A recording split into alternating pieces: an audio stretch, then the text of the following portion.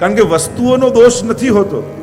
કોઈ વસ્તુ લૌકિક અલૌકિક વસ્તુમાં મોહર મારેલી નથી હોતી. એ વસ્તુને જોવાની તમારી દ્રષ્ટિ એ વસ્તુને લૌકિક કે અલૌકિક બનાવે છે. એ જ ધન આપણને લૌકિક દેખાય, પણ જો અલૌકિક બુદ્ધિવાળો વ્યક્તિ હોય, ધન જોઈને એને વિચાર આવે, લાવ ઠાકોરજીનો મનોરથ કરું તો, એ જ ધન અલૌકિક છે. એ જ ઘર લૌકિક રૂપે દેખાય, પણ ભક્તને એવો વિચાર આવે, આ ઘરમાં ઠાકોરજી પધરાવું તો, એ જ ઘર અલૌકિક થઈ જાય. એ જ પરિવારના લોકો સંસારના બંધન જેવા લાગે, પણ એ જ વૈષ્ણવ વિચાર કરે કે મારા ઠાકોરજી મને 5 વૈષ્ણવ ઘરમાં આપ્યા છે, તો એ જ અલૌકિક થઈ જાય. કોઈ વસ્તુમાં લૌકિક કે અલૌકિકની ક્યાં મહોર મારેલી હોય છે? વ્યક્તિનો એના તરફનો દ્રષ્ટિકોણ, એની સમજ એ વસ્તુને લૌકિક કે અલૌકિક બનાવતું હોય છે.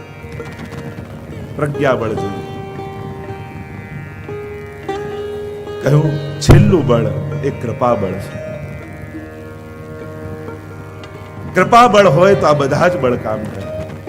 ચોથું કહું પૂર્વજોનું પુણ્ય, પોતાનું પુણ્ય, આ બધા પુણ્યો ભેગા થાય ત્યારે કોઈ યુદ્ધ જીતા, ત્યારે કોઈ સફળતા પ્રાપ્ત થતી હોય. છેલ્લું બળ એ કૃપા બળ કહે છે. કૃપા બળ હોય તો આ બધા જ બલ કામ લાગે છે. અને એટલા માટે અમારા વૈષ્ણવો તો સદાય ઠાકોરજી પાસે એક જ વાત કરે, પ્રભુ આપની કૃપા છે. તો જે ચર્ચા કરી રહ્યા છીએ કેન્દ્રમાં ગીતાજીને રાખી અને જે આપણે દર્શન કરી રહ્યા હતા, સ્વયં પ્રભુ અનેક અનેક પ્રકારથી ભગવત સંબંધી વસ્તુ અલૌકિક હોય છે. કારણ કે મર્યાદા માર્ગમાં સ્વીકાર છે, પણ પુષ્ટિ માર્ગમાં તો અંગીકાર છે. પ્રભુને જે સમર્પો છો એ સમર્પવામાં પ્રભુ સ્વીકારતા નથી કેવલ, પણ એનો અંગીકાર કરે, એટલે કે પોતાના અંગ રૂપ બનાવીને પાછું આપે છે. એટલે ભગવત સંબંધી વસ્તુ અલૌકિક. જન્મ કર્મ ચમે દિવ્યમ, પ્રભુએ કહ્યું પ્રભુનું જન્મ દિવ્ય છે. મહાપ્રભુજી તો સમજાવે કે જેમ સરોવરમાં લીલ જામી હોય અને થોડા ભાગમાંથી લીલ ખસેડો ને એમાં જલ પ્રગટ થતું દેખાય, બાકી બધે જ પાણી છે. માયારૂપી લીલ બધે જ જામેલી છે, પણ જેટલા ભાગમાંથી પ્રભુ માયા સમેટી લે એટલામાં પ્રભુ પ્રગટ થયેલા દેખાય. અલૌકિકતા છે પ્રભુમાં. તમદ્ભુતમ બાલકમં ભુજે ક્ષણમ ચતુર્ભુજમ શંખ ગદા દ્યુદાયુધમ શ્રીવત્સલક્ષ્મમ ગલસૌભિકૌસ્તુભમ પીતાંબરમ સાંદ્ર પયોદ સૌભગમ. પ્રભુ પ્રગટ થયા. તમ અદ્ભુતમ બાલકમમ, એ અદ્ભુત બાલક પ્રગટ થયા છે. ગર્ભમાં આવ્યા ત્યારે દેવતાઓએ સ્તુતિ કરી છે. અને એટલા માટે પ્રભુને લૌકિક નહીં જાણવા. ન પ્રભુનું જન્મ લૌકિક છે, ન પ્રભુ લૌકિક છે, ન પ્રભુની લીલાઓ લૌકિક છે. પ્રભુ આગળ કહેશે કે મને કર્મ લેપાતા નથી, કારણ કે હું કરતા ભાવે કંઈ કરતો નથી. અને આનંદ માટેનો પ્રયાસ એ કર્મ છે. પ્રત્યેક જીવ કર્મ સુખ મેળવવા કરે છે, દુઃખ કોઈને નથી જોઈતું. અને પ્રભુ પોતાના નિજાનંદને અભિવ્યક્ત કરે છે કોઈ પ્રયાસ વગર. એ જ લીલા છે. અનાયાસેન હર્ષાત ક્રિયમાણ ચેષ્ટા સલીલા. અને એટલે પ્રભુ આગળ કહેશે મને કર્મ લેપાતા નથી. એટલે જેવો પ્રસંગ પણ કહેતા ને કે જ્યારે પ્રભુ અને ગોપીજનો મળવા માટે આવ્યા, પ્રભુએ કહ્યું તો અહીંયા મળીશ, અને બહુ મોડું થઈ ગયું. અને પ્રભુ બહુ મોડા આવ્યા ત્યારે ગોપીજનોએ કહ્યું કે પ્રભુ આટલા મોડા કેમ થયા? તો કે સામે પાર યમુનાજીના મારા ગુરુજી આવ્યા છે અને એમની સેવામાં લાગ્યો હતો એટલે મને મોડું થઈ ગયું. અરે જગત ગુરુ તો તું છું કનૈયા, તારા ગુરુ કોણ? તો કે દુર્વાસા મુનિ આવ્યા છે. તો કહ્યું કે એમની સેવા તમે પણ કરો. અને થયું કે લાવ અમે ભોજન લઈને જઈએ. હવે ભોજન લઈને તૈયારી કરી અને ગોપીજનો દુર્વાસા મુનિ પાસે જાય, યમુનાજી પાર કરવાના. પણ યમુનાજીમાં પૂર આવેલું છે, એટલું બધું પાણી ભરાયેલું છે. કેવા લાગે કનૈયા કે આમાંથી અમે યમુના પાર કેમ કરીશું? ત્યારે ઠાકોરજીએ કહ્યું તો અમે યમુનાજી પાસે જઈને એમ કહેજો કે જો કૃષ્ણ નૈષ્ઠિક બ્રહ્મચારી હોય, બાલ બ્રહ્મચારી હોય તો તમે મને માર્ગ આપો. ગોપીઓ કહે તું શેનો બ્રહ્મચારી? આટલા રાસ કર્યા, આટલા ચીરહરણ આદિ કર્યા. પ્રભુ કે કહી તો જુઓ. અને ગોપીજનો આવ્યા, યમુનાજીમાં પૂર છે, અને ગોપીજનો બોલ્યા, જો કૃષ્ણ બાલ બ્રહ્મચારી હોય તો મને માર્ગ આપો. અને યમુનાજીએ માર્ગ આપી દીધો. આવ્યા દુર્વાસા મુનિને ત્યાં ભોજન કરાવ્યા, અને ભોજન કરાવ્યા, દુર્વાસા મુનિએ ભોજન કર્યું, અને પાછા આવતા હતા, અને પાછું પૂર યમુનાજીમાં. દુર્વાસા મુનિ પાસે ગોપીજનો આવ્યા ને કહેવા લાગ્યા કે અમે યમુનાજી પાર કેમ કરીશું? તો દુર્વાસા મુનિએ કહ્યું કે યમુનાજી પાસે જઈને એટલું કહેજો, જો દુર્વાસા મુનિ નિરાહારી હોય તો અમને માર્ગ આપી દો.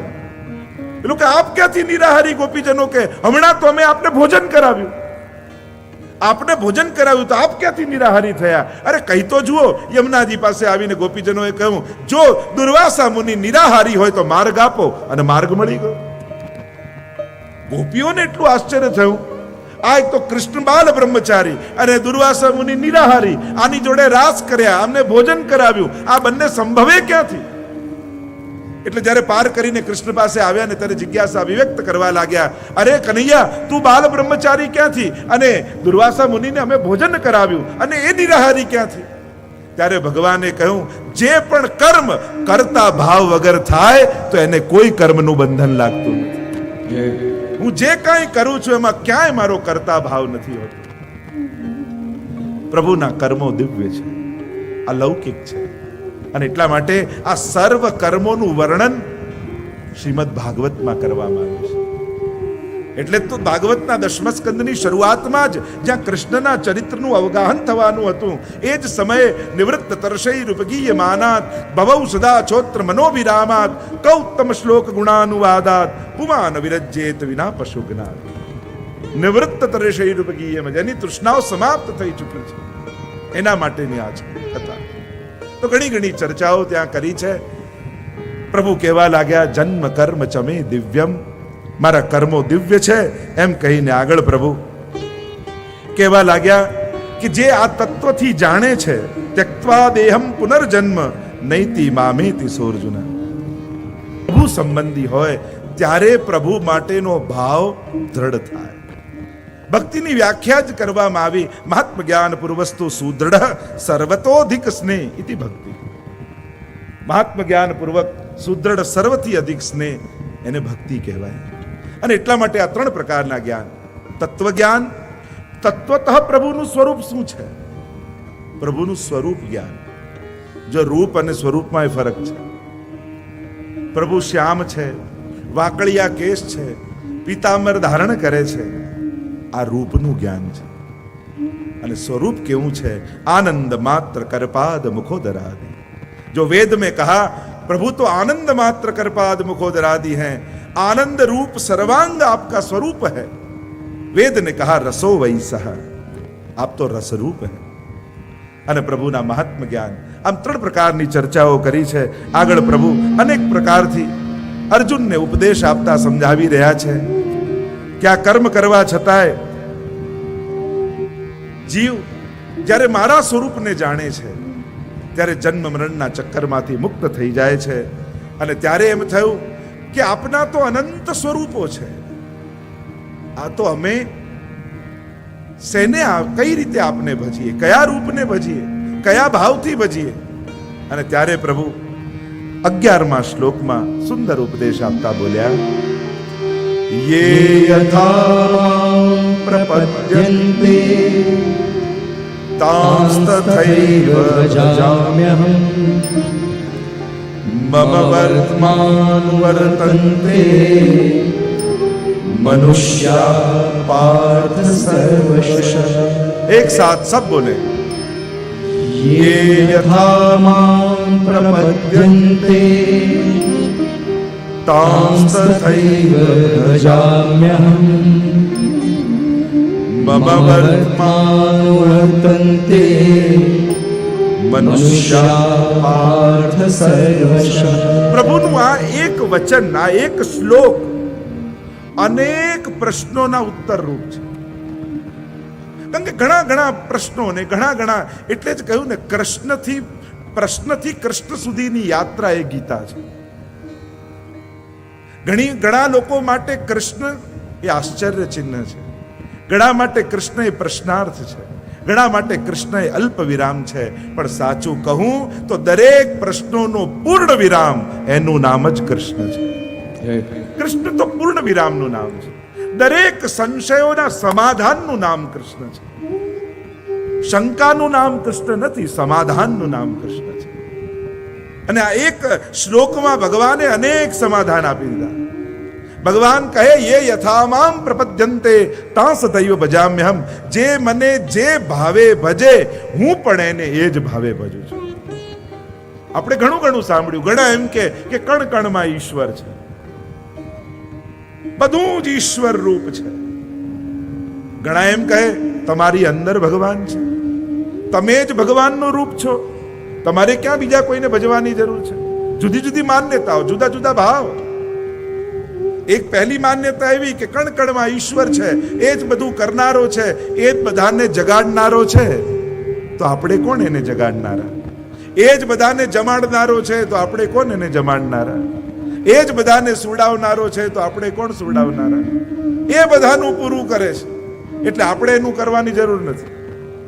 બીજી એક માન્યતા, બીજો એક ભાવ, જીવ પોતે ઈશ્વર, અહમ બ્રહ્માસ્મિ, તમારી અંદર જ ઈશ્વર છે.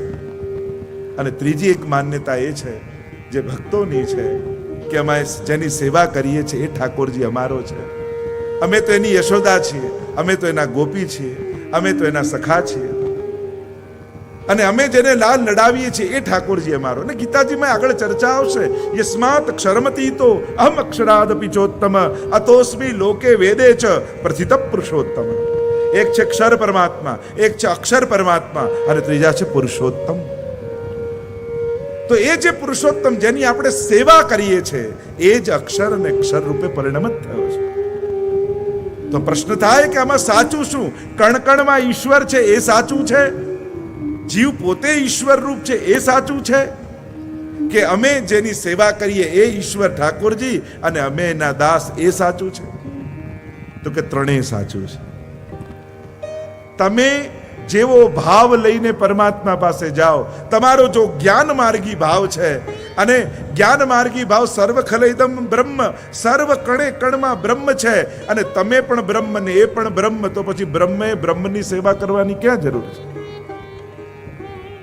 પણ અહમ બ્રહ્માસ્મિ એ કોઈ બોલવાના શબ્દો નથી, એ તો એક સૂઝનું નામ છે, એક તો એક સમજની અવસ્થાનું નામ છે કે જ્યારે એ અવસ્થામાં પહોંચે, જ્યારે હું પણાનું સંપૂર્ણ વિસ્મરણ થઈ જાય અને બ્રહ્મજાત સાથે એકાત્મતા થઈ જાય, ત્યારે અહમ બ્રહ્માસ્મિ પ્રગટ થાય છે. કણકણમાં ઈશ્વર છે. એવી કથા કહેતા કે કોઈ સંત હતા મોટા, ને એક ભક્ત એમની પાસે આવ્યો ને કહેવા લાગ્યા કે મને કોઈ ઉપદેશ આપો ને મહાત્માજી. ત્યારે મહાત્માએ કહ્યું કે કણ કણમાં ઈશ્વર છે, બધે જ ઈશ્વરના દર્શન કરવા. અને પેલો વ્યક્તિ તો આશ્રમની બહાર નીકળ્યો, અને જ્યાં બહાર નીકળ્યો સામેથી એક ગાંડો હાથી આવતો હતો, પાગલ હાથી આવતો હતો, ને બધા દૂર ભાગે. અને આને ગુરુજીના વચનો યાદ આવ્યા કે બધામાં બ્રહ્મ, એને થયું મારામાં એ બ્રહ્મ ને હાથીમાં એ બ્રહ્મ, થઈ જવા દે બ્રહ્મથી બ્રહ્મનો બેટો.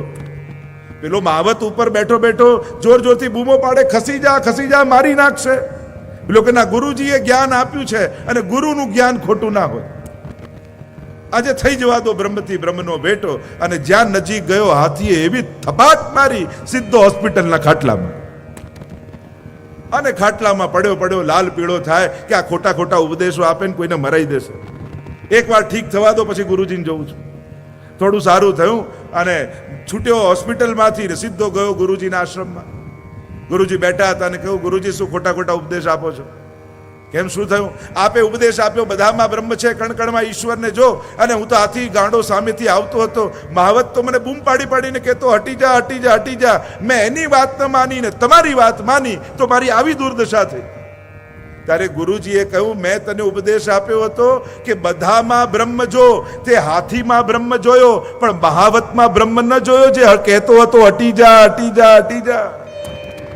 તે હાથીમાં તો જોયું, પણ મહાવતમાં ન જોયું. તો એક વ્યવહાર બુદ્ધિ છે જ.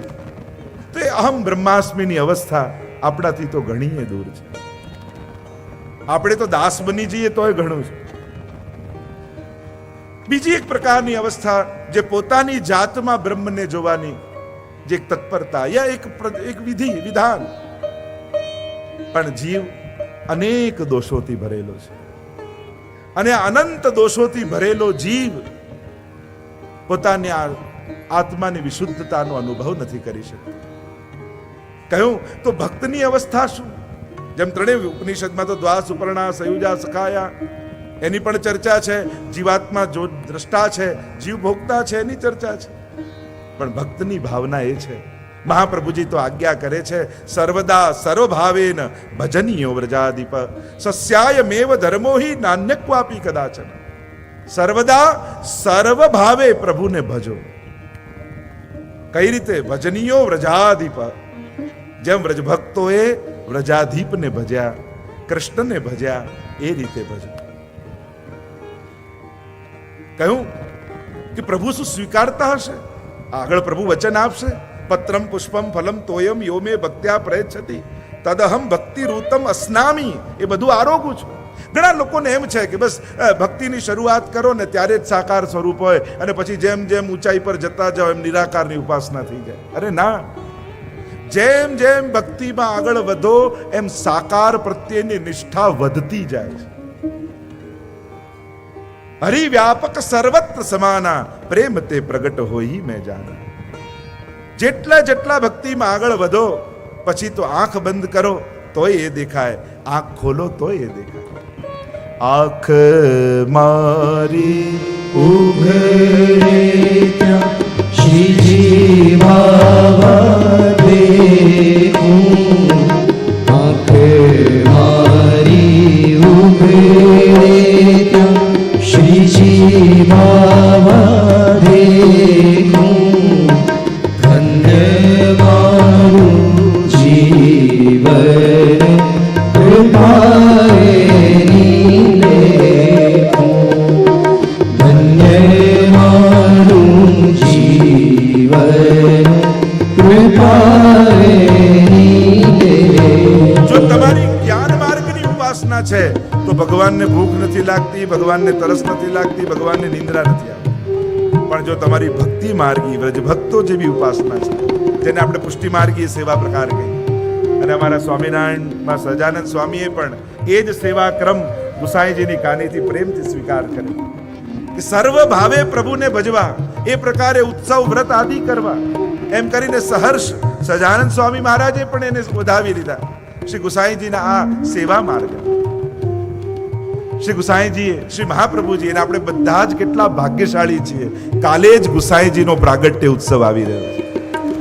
આપણા ગીતાજીની આ કથામાં ખરેખર મનોરથી પરિવાર પણ ભાગ્યશાળી છે કે આપણી કથામાં આવા ઉત્સવ આવે ને તો માનવું કે આપણી કથાને ઠાકોરજીના આશીર્વાદ મળ્યા છે. કાલે આપણે ગુસાઈજીનો ઉત્સવ ખૂબ ધામધૂમથી ઉજવીશું. સેવા રીત પ્રીત વ્રજજન કી જનહિત જગ પ્રગટાઈ પ્રગટ ભય માર્ગ રીત દિખાઈ. તો શું પ્રભુ આવી સ્વીકાર કરે? હા, યે યથામામ પ્રપદ્યન્તે તા સદૈવ ભજામ્યહમ. જો તારી અંદર યશોદાનો ભાવ છે તો મને ભૂખ પણ લાગે છે, મને તરસ પણ લાગે છે, અને મને નિંદ્રા પણ આવે છે. જો તારો ભાવ યશોદાનો હોય, જો તારો ભાવ ગોપીનો હોય તો શેષ મહેશ ગણેશ દિનેશ સુરેશ જારી નિરંતર ધ્યાવે. જાહી અનાદિ અખંડ અનંત અછેદ વેદ સુવેદ બતાવે. નારદ સે સુખ જાહી રટે પછી હારી તુરી બની પાર ન પાવે. તાહી અહીર કી છોહરિયા છછિયા ભર છાજ પે નાચ નચાવે. ત્રિલોક ને નચાવનારો એ પરમાત્મા જ્યારે ગોપીઓના આંગણે જાય અને કે થોડી સી છાછ દે, અને ત્યારે ગોપી કહે અરે કનૈયા पहले थोड़ो नाच के दिखा तो माखन दूंगी. ठाकुर जी कहवे लगे मैं नाचूं और फिर तू माखन नहीं दे तो? गोपी एम के हूं माखण आपू ने तू न नाचे तो? ઠાકોર જી કે હું વચલો રસ્તો કાઢું, હું નાચતો જાઉં અને તું મને આરોગાવતી જા, એટલે તારોય મનોરથ પૂરો થાય અને મારોય મનોરથ. આ ગોપીની તાકાત છે. કોઈ કે હા ત્રિલોકના નાથને ભૂખ લાગે, હા, જમાડવાનો ભાવ, આરોગાવાનો ભાવ જો તમારી અંદર છે તો ચોક્કસ એને ભૂખ લાગે છે. ગીતાજીમાં પ્રભુ કહે છે અસ્નામી, હું આરોગું છું, હું ખાઉં છું. પત્રમ પુષ્પમ ફલમ તોયમ, જે કાંઈ ધર્યું હોય. અને એટલા માટે તમારા વૈષ્ણવ નિત નવીન સામગ્રી બનાવીને ઠાકોરજીને આરોગાવે. તમારો ભાવ. પણ જો યશોદા બનીને ખોળામાં લો તો સમજાયો. જેમ નાનકડું કોઈ 6 મહિનાનું બાળક હોય અને બા ખોળામાં લઈને રમાડતા હોય. બાજુમાંથી પાડોશણ આવીને પાસે બેસે એટલે બાની ફેવરેટ વાત શું હોય? પૌત્રાની ચર્ચા. એટલે પાડોશણ જોડે વાત કરવા લાગે, જો ને આ અમારો નાનકડો, આખો દિવસ કોઈ બોલનારું જોઈએ, આની જોડે વાત કરનારું જોઈએ. પેલી પાડોશણને એમ થાય કે 6 મહિનાનું ને બોલે છે, વાત કરે છે. હા, એ બોલે છે. બા બનીને ખોળામાં લો તો સમજાય, પાડોશન બનીને લો તો ન સમજાય. એમ અમારો લાલન આરોગે છે, પોડે છે, માંગે છે, પીએ છે, પણ વૈષ્ણવ બનીને ગોદમાં લો તો સમજાય, બાકી એમને ભાવ વગર લો તો ન સમજાય.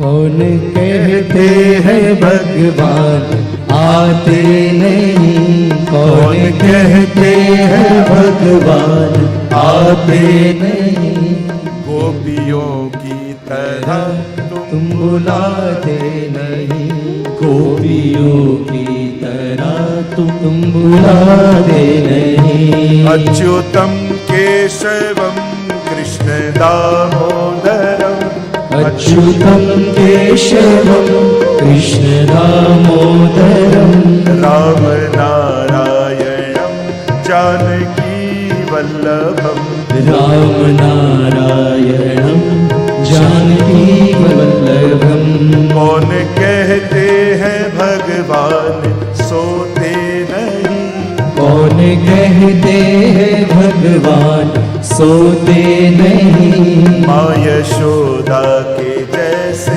सुलाते नहीं, माँ यशोदा के जैसे सुलाते नहीं, अच्युतम केशवम कृष्ण दामोदरम, अच्युतं केशवं कृष्ण दामोदरं, राम नारायणं जानकी वल्लभम, राम नारायणं जानकी वल्लभं, कौन कहते हैं भगवान खाते नहीं, कौन कहते हैं भगवान खाते नहीं, मेरे शबरी के जैसे खिलाते नहीं, मेरे शबरी के जैसे खिलाते नहीं, अच्युतम केशवम कृष्ण दामोदरम, अच्युतं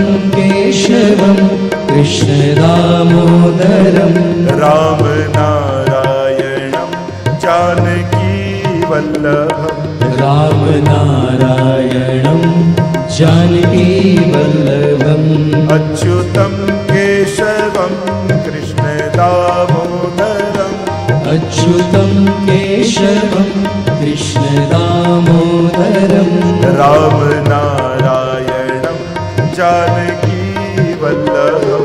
राम नारायणं जानकी वल्लभं. और इसीलिए महाप्रभु जी मधुराष्टक में भी कहते हैं भुक्तम मधुरम. પ્રભુનું આરોગવું મધુર છે. અનેક પ્રકારથી પ્રભુ આરોગે.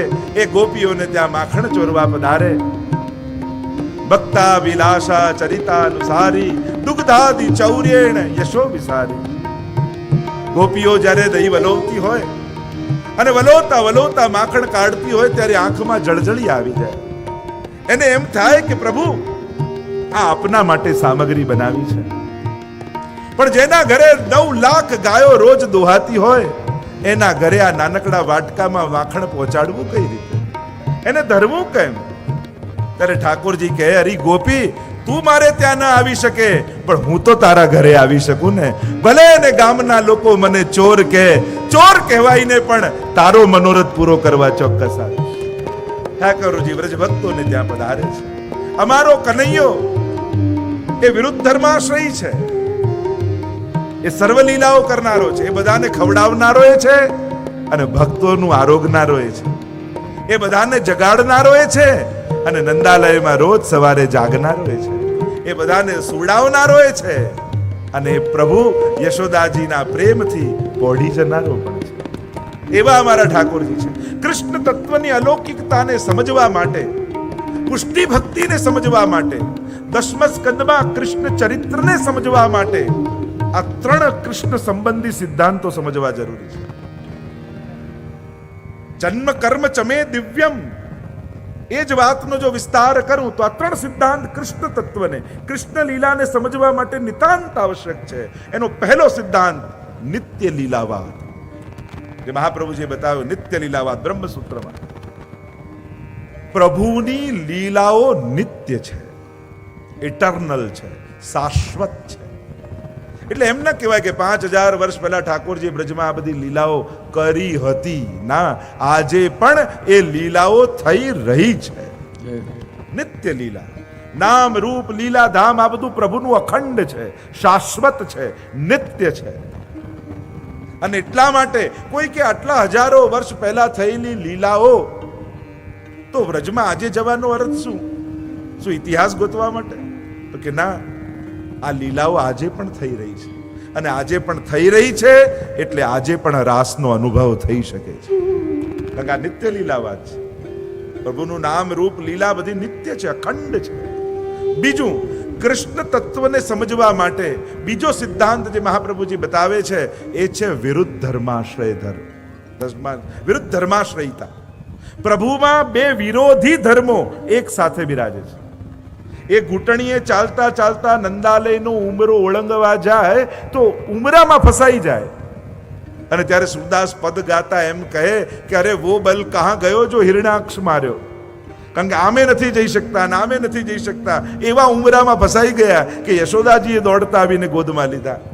અને એ જ ક્ષણે એ પૂતના જેવી રાક્ષસીના પ્રાણ લઈ લેનારા પણ છે. એક જ ક્ષણે. તમે જેટલી પણ હવેલીમાં પીછવાઈ જુઓ છો, 11 વર્ષ ને 52 દિવસ પ્રભુ બ્રજમાં બિરાજ્યા, પણ તમે કોઈ પીછવાઈમાં 11 વર્ષના કૃષ્ણ હોય એવા દેખાય? બધામાં કિશોર કૃષ્ણ જ દેખાય છે ને. તમને એમ લાગે કે આટલો નાનો તો રાસ ક્યારે કર્યા, હોરી ખેલ ક્યારે કર્યા, આ બધી લીલાઓ ક્યારે કરી? વિરુદ્ધ ધર્માશ્રયિતા. એ નિત્ય બાલક છે અને નિત્ય કિશોર પણ છે. શૃંગાર સમયે તમે પલ્લામાં એને ઝુલાવ્યા શૃંગાર કરીને ત્યારે બાળક, પણ રાજભોગમાં તમે કુંજનો મનોરથ કર્યો એટલે તુરંત કિશોર થઈ ગયો. આ વિરુદ્ધ ધર્માશ્રયિતા. પ્રભુની જો આ વિરુદ્ધ ધર્માશ્રયિતા ન સમજો તો કૃષ્ણ ચરિત્રમાં તમને બહુ મૂંઝવણ થઈ જાય. તમને એમ થાય કે પ્રભુ નાના છે કે મોટા છે એ જ નક્કી નથી થતું.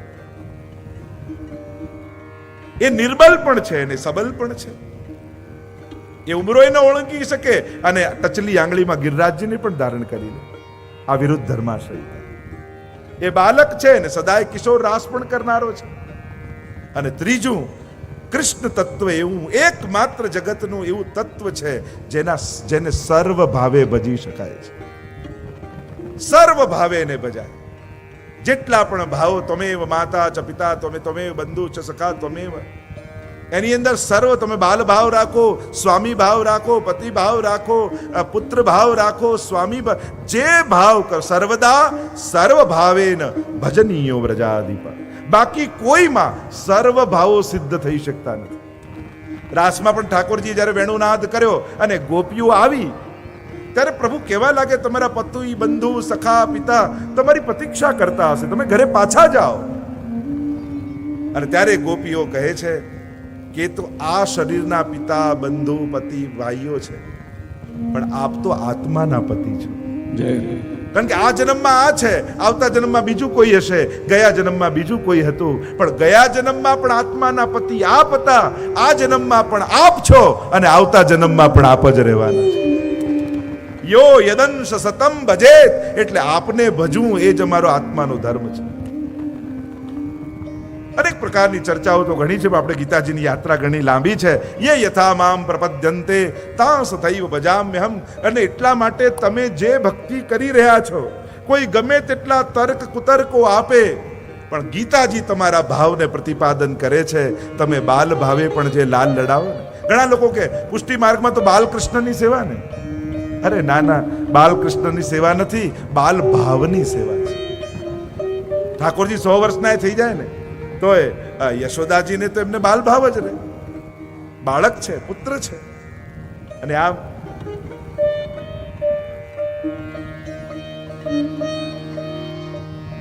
શ્રીમન્નારાયણ નારાયણ નારાયણ, શ્રીમદ નારાયણ નારાયણ નારાયણ, શ્રીમન્નારાયણ નારાયણ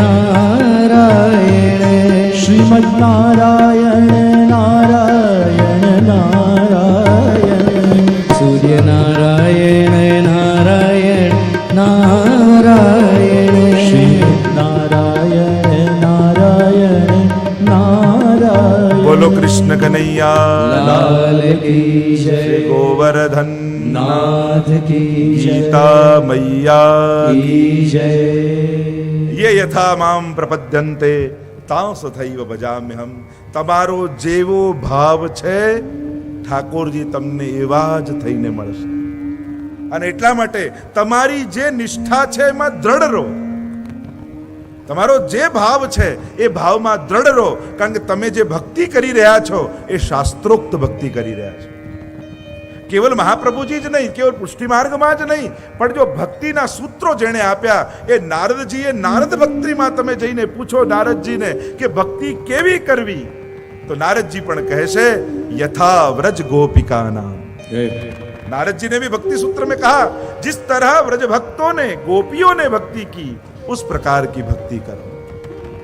અને એટલા માટે જ પુષ્ટિ માર્ગમાં સેવા રીત પ્રીત વ્રજજન કી જનહિત જગ પ્રગટાઈ પ્રગટ ભય માર્ગ રીત દિખાય.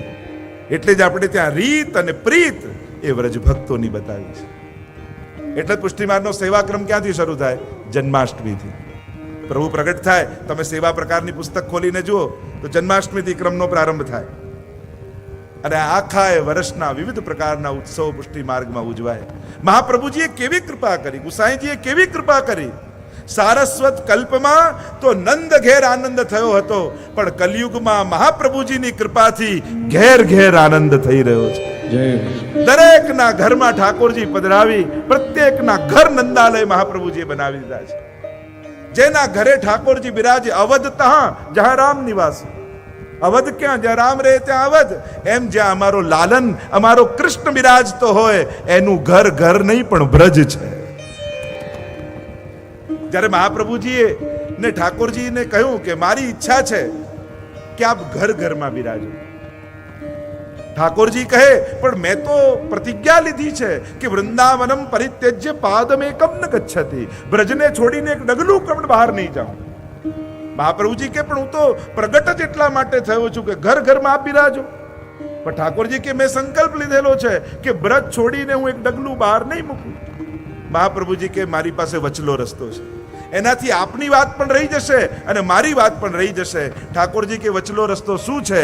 મહાપ્રભુજી કહે કે આપનો સંકલ્પ કે બ્રજ છોડીને ડગલું બહાર નહીં કાઢું અને મારો મનોરથ કે ઘર ઘરમાં બિરાજો, તો વચલો રસ્તો એ જ છે કે જ્યાં પુષ્ટાવીને હું આપને ત્યાં પધરાવું છે ઘરમાં, એ ઘરને આપ બ્રજ બનાવી દેજો. એટલે આપનો સંકલ્પ પણ રહી જાય અને મારો મનોરથ પણ પૂરો થઈ જાય.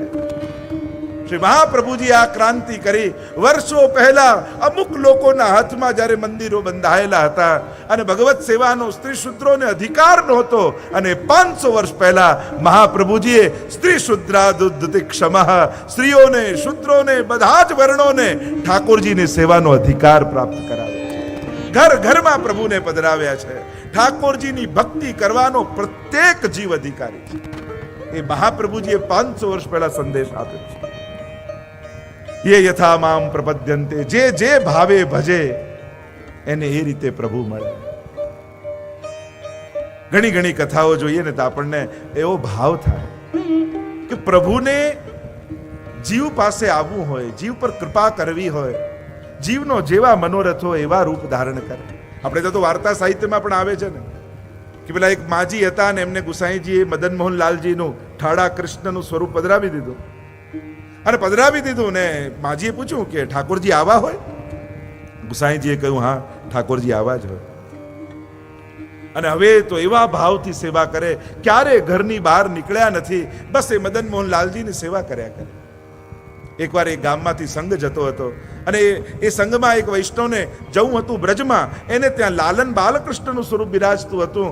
એને થયું કે સાથે ઠાકોરજીની સેવા નહીં પહોંચાય, લાવ આ માજીને ત્યાં ઠાકોરજી પધરાવી દઉં, હું બહાર ગામ રહું એટલા દિવસે સેવા કરશે. અને ઝાંપીજી પધરાવી અને વૈષ્ણવ તો ચાલ્યો સંઘમાં. કહ્યું કે મારા ઠાકોરજીને ધ્યાન રાખજો, લાલ લડાવજો. અને બીજા દિવસે સેવા કરવા માટે જ્યાં ઝાંપીજી ખોલ્યા, જોયે તો બાલકૃષ્ણલાલજીનું સ્વરૂપ જોયું. એને તો ઠાડા કૃષ્ણ જ જોયેલા, ક્યારે પણ આવા બાલકૃષ્ણલાલજીના સ્વરૂપ જ નતા જોયા. અને પેલા માજીને થયું, જુઓ ને આ ગુસાઈજી કોના માથે ઠાકોરજી પધરાયા, કાંઈ ઠાકોરજીનું ધ્યાન રાખતો નથી. આવી ઠંડીમાં ધ્યાન ના રાખ્યું તો ઠાકોરજી કેવા વળી ગયા છે. એને એમ થયું કે ઠંડીમાં ઠુઠરી ગયા છે. એને બાલકૃષ્ણલાલજી જોયેલા જ નહીં ક્યારે. લાવ એમના માટે કંઈક તેલ ગરમ તૈયાર કરું. અને કડાઈમાં ગરમ તેલ કર્યું, ગરમ પદાર્થો પધરાવ્યા અને ગરમ તેલ તૈયાર કર્યું. ગરમ પદાર્થો નાખી અને ઠાકોરજીના ચરણારવિંદમાં હવે ઘસવા લાગ્યા. ઠાકોરજીની ઠંડી દૂર થાય અને બાલકૃષ્ણલાલજી વિચાર કરે, વાંક પેલા વૈષ્ણવનો નથી જે પધરાવી ગયો, વાંક ગુસાઈજીનો નથી, વાંક આ માજીનો નથી, પણ જો હું ઊભો ન થયો તો મારો વાંક ચોક્કસ. અને કહેવાય છે કે બાલકૃષ્ણલાલજી ઊભા થઈ અને મદન મોહનલાલજી થઈ ગયા. યે યથા મામ પ્રપદ્યન્તે તાંસ તથૈવ ભજામ્યહમ. જેનો જેવો ભાવ, ઠાકોરજી કહે તું મને જે ભાવે ભજે હું પણ તને એ જ ભાવે ભજીશ. એમ કહી પ્રભુ સુંદર આગળ વાત કરતા બોલ્યા 14મા શ્લોકમાં કે આ જે કાંઈ લીલા આદિ હું કરું છું, કરતા ભાવ વગર કરું છું, એટલે મને કોઈ કર્મ ले पाता નથી. એમ કહેતા આइए हम सब उसका एक साथ पाठ करें. नमां कर्माणि लिम्पन्ति नमे कर्म फले स्पृहा इति मां यो विजानाति कर्मभिर्न सबध्यते. ગઈકાલે જે હું ચર્ચા કરતો હતો કે ભગવાનને કર્મનો સિદ્ધાંત લાગુ પડતો નથી, અને એટલા માટે કર્મના સિદ્ધાંત જે ભગવાને કહ્યા એ લઈને ભગવાનની લીલાને સરખાવવા જશો તો ક્યાંક ભગવાનમાં અભાવ પ્રગટ થશે. જો ઘણીવાર કોઈ વસ્તુ ઉત્તમ હોય પણ ચલાવતા ના આવડતી હોય ને તો એ જ ટેન્શનનું કારણ થઈ જાય. ભલે મર્સિડીઝ ગાડી તમને આપવામાં આવે પણ તમને કાર ચલાવતા ના આવડતું હોય, કેટલું ટેન્શન થઈ જાય સ્ટેરિંગમાં બેસી. સાધન કેવલ ઉત્તમ મળવાથી પૂરતું નથી, સાધનનો ઉપયોગ ઉત્તમ રીતે કરતા આવડવું જોઈએ. એનાથી ઉલટું, કદાચ સાધન નબળું હોય પણ જો ઉપયોગ કરતા ઉત્તમ રીતે આવડતું હોય તો ઉત્તમ ફલ પામી શકાય. એમ શાસ્ત્રોની આજ્ઞાઓને ક્યાં કઈ રીતે લાગુ પાડવી. જો દવાની દુકાનમાં તો બધી દવાઓ સારી જ હોય, પણ ખવાય કઈ જે પ્રિસ્ક્રિપ્શનમાં ડોક્ટરે લખીને આપી હોય. એમ જ જે આપણા આચાર્ય ચરણ મહાપ્રભુજી આપણને સમજાવે છે કે પ્રભુને કઈ દ્રષ્ટિએ જોવા, કયા સિદ્ધાંતો ક્યાં લાગુ પડે છે. કર્મનો સિદ્ધાંત પ્રભુને લાગુ પડતો નથી, કારણ કે પ્રભુ કર્મ કરતા નથી, પ્રભુ લીલા કરે છે. અને એ જ વાતનું પ્રતિપાદન કરતા અહીંયા પ્રભુ બોલ્યા છે નમામ કર્માણિ લિમ્પન્તિ નમે કર્મ ફલે સ્પૃહા. મને કોઈ ફલની આશા નથી. પ્રભુ જે કાંઈ પણ કર્મ કરે છે આનંદસ્ય હરે લીલા, મહાપ્રભુજી કહે એ તો આનંદની અભિવ્યક્તિ કરે છે. કોઈ કર્મફળની આશા નથી, મને કોઈ કર્મ લેપતા નથી, કારણ કે મને કોઈ કર્મફળની સ્પૃહા નથી. અને એટલા માટે કર્મના સિદ્ધાંતો લઈ ભગવાનની લીલાઓના મૂલ્યાંકનો નહીં કરવા. ઘણીવાર બુદ્ધિમાન લોકો પણ એમાં ગૂંચવાઈ જાય છે. એ જ ભગવાનના સિદ્ધાંતોથી ભગવાનને તોલવા બેસી જાય છે, પણ એ સિદ્ધાંતો લાગુ નથી પડતા પ્રભુને. પ્રભુના ગણિતો જન્મ કર્મ ચમે દિવ્યમ જુદી રીતે છે. એને ભગવત સિદ્ધાંતોથી એનું મૂલ્યાંકન થાય. જીવને લાગેલા કર્મ બંધનો અને કર્મના સિદ્ધાંતોથી ભગવદ લીલાના મૂલ્યાંકનો નથી થઈ શકતા. આગળ અનેક પ્રકારની ચર્ચા કરતા પ્રભુ 17મા શ્લોકમાં કર્મ અકર્મ અને વિકર્મની વાત કરતા સુંદર રીતે આજ્ઞા કરે. કર્મણો યપી બોધવ્યમ બોધવ્યમ ચ વિકર્મણ અકર્મણશ્ચ બોધવ્યમ ગહના કર્મણો ગતિ. ભગવાન કહે કર્મનું સ્વરૂપ જાણવું જોઈએ, અકર્મનું સ્વરૂપ જાણવું જોઈએ ને વિકર્મનું સ્વરૂપ જાણવું જોઈએ. અને ગહના કર્મણો ગતિ. બહુ અદ્ભુત વાત પરમાત્મા કરે છે. કર્મની ગતિ અતિ ગહન છે. એક ને એક કરીને બે થાય એવું કર્મના સિદ્ધાંતમાં હોય નહીં. અને રોજ આપણે આપણા ભાગ્યને પ્રશ્ન કરીએ છીએ, રોજ આપણી જાતને પ્રશ્ન કરીએ છીએ, મારી જોડે આવું કેમ? મેં તો કાંઈ ખોટું કર્યું નથી, મેં તો કોઈનું દિલ દુભાવ્યું નથી, મેં તો કોઈ પાપ કર્યું નથી. ગહના કર્મણો ગતિ. જો માણસ જન્મે ને એની સાથે ચાર્ટ આપી દેવામાં આવે ને કે આ પાપ એના બદલામાં તને આ દુઃખ, આ પાપ એના બદલામાં તને આ દુઃખ, તો માણસને તકલીફ નહીં થાય. જો દુઃખનું કારણ માણસને ખબર પડી જાય કે એના જ કર્મો છે તો એને દુઃખ ન થાય. પણ જ્યારે પણ દુઃખ આવે છે માણસને હંમેશા એવું લાગે છે કે એનું કારણ બીજો કોઈ છે, અને જ્યાં સુધી દુઃખનું કારણ બીજાને માનશો ત્યાં સુધી દુઃખી થતા રહેશો. પણ માણસને એમ થાય, મેં ગઈકાલે જ કહ્યું ને, કર્મની કલમે આપણે જ આપણું ભાગ્ય લખ્યું છે. આ ભગવાને કૃષ્ણએ આપણને કર્મની કલમ આપી છે. કોહુ ન કાહુ સુખ દુઃખ કરદાતા, નિજકૃત કર્મ ભોગ હી સબ્રાતા. પોતાના જ કરેલા આપણે ભોગવીએ છે. ગહના કર્મણો ગતિ, કર્મની ગતિ અતિ ગહન છે. સમજી શકાતું નથી કે મારા જીવનમાં સુખ અને દુઃખ. અને પછી આપણી તકલીફ એમ, દુઃખ આવે ત્યારે પૂછીએ કે હું જ કેમ, મને જ કેમ, પણ સુખ આવે ત્યારે ક્યારે નથી પૂછતા મને જ કેમ. સુખમાં ક્યારે પ્રશ્ન કર્યો? આપણી તકલીફ શું, સુખ આવે ને તો એને આપણે બહુ નજીકથી જોઈએ. જેમ આ ફૂલ હોય તેને તમે આંખની પાસે આમ રાખો તો બહુ મોટું લાગે, પણ એને દૂર રાખો તો નાનું લાગે. એમ સુખને હંમેશા માણસ બહુ દૂરથી જુએ છે, એટલે ગમે તેટલું સુખ મળે એને નાનું જ દેખાય, અને દુઃખને બહુ નજીકથી જુએ છે એટલે નાનું દુઃખ પણ એને બહુ મોટું લાગે છે. મૂળ વાત છે, સુખ દુઃખને તમે ક્યાં મૂકીને જુઓ છો?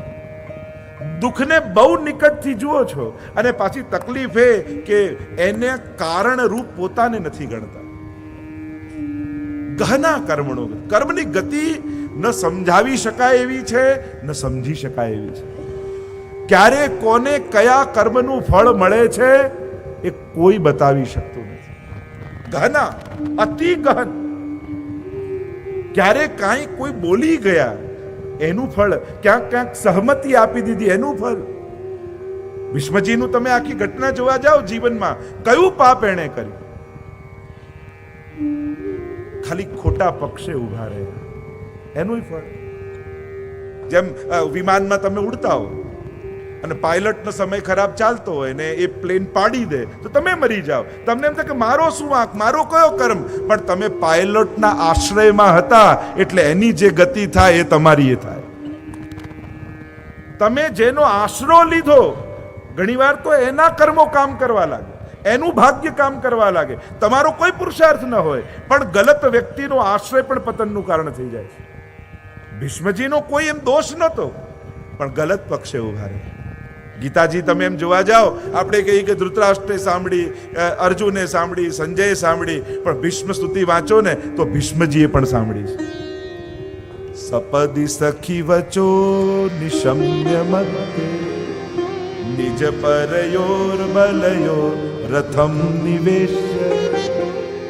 જ્યારે ભગવાનને અર્જુન કહે છે સેનયોર ઉભયોર મધ્યે રથમ સ્થાપય મેચ્યુત, ત્યારે ભીષ્મજીના કાન ભગવાન પાસે છે એટલે ભીષ્મજી પણ સાંભળી રહ્યા છે.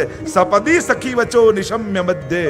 અર્જુન આપના સખાએ જ્યારે કહ્યું કે સેનાઓની મધ્યમાં આપ રથ ઉભો રાખો, અને ત્યારે આપ રથ વચ્ચે લઈ ગયા અને દ્રષ્ટિ માત્રથી સર્વના આયુષ્યનું આપે હરણ કરી લીધું. અર્જુને તો ખોળિયા પાડ્યા છે. પ્રભુ મેં જોયું છે, જ્યારે આપે નજર ફેરવીને એ જ સમયે કૌરવો તો ત્યાં ઊભા ઊભા જ મરી ગયેલા. દ્રષ્ટિ માત્રથી આયુષ્યનું હરણ કર્યું. અદ્ભુત સ્તુતિ ભીષ્મજીએ કરી. ઇતિમતિ રૂપ કલ્પિતા વિતૃષ્ણ, ભગવતી સાત્વત પુંગવે વિભુમ્નિ, સ્વસુખમુપગતે ક્વચિદ વિહર્તુમ, પ્રકૃતિમુપેયુષી યદ ભવ પ્રવાહ. અમારી મતિ જે વિતૃષ્ણ છે, આપના સિવાય ક્યાંય લગાડી નથી, છેલ્લી ઘડીએ હું આપને ભેટ ધરવા માંગુ છું. અને ત્યારે કૃષ્ણ કહે છે, દાદાજી ખોટું ન બોલો, બુદ્ધિ મારામાં હોત તો આ પાંડવોના પક્ષે હોત, કૌરવોના પક્ષે ન ઉભા હોત. ભીષ્મજી કહેવા લાગ્યા, બુદ્ધિ આપનામાં હતી એટલે તો સામે પક્ષે રહ્યો, કારણ યુદ્ધના મેદાનમાં જો પાંડવ પક્ષે હોત તો યુદ્ધ લડતા લડતા વળી વળીને આપને જોવા સંભવ નહોતા. સામે પક્ષે એટલા માટે રહ્યો કે સીધા આપના દર્શન થતા રહે. પરમ ભક્ત છે, અને ભક્તિની ઊંચાઈ જુઓ ભીષ્મજીની. નૈષ્ઠિક બ્રહ્મચારી એવા ભીષ્મજી પોતાના અંત સમયમાં ગોપીઓને યાદ કરે છે. રાસ લીલા એ પરમ પવિત્ર લીલા છે. એનું સૌથી મોટું કોઈ પ્રમાણ હોય તે ભીષ્મ સ્તુતિ છે.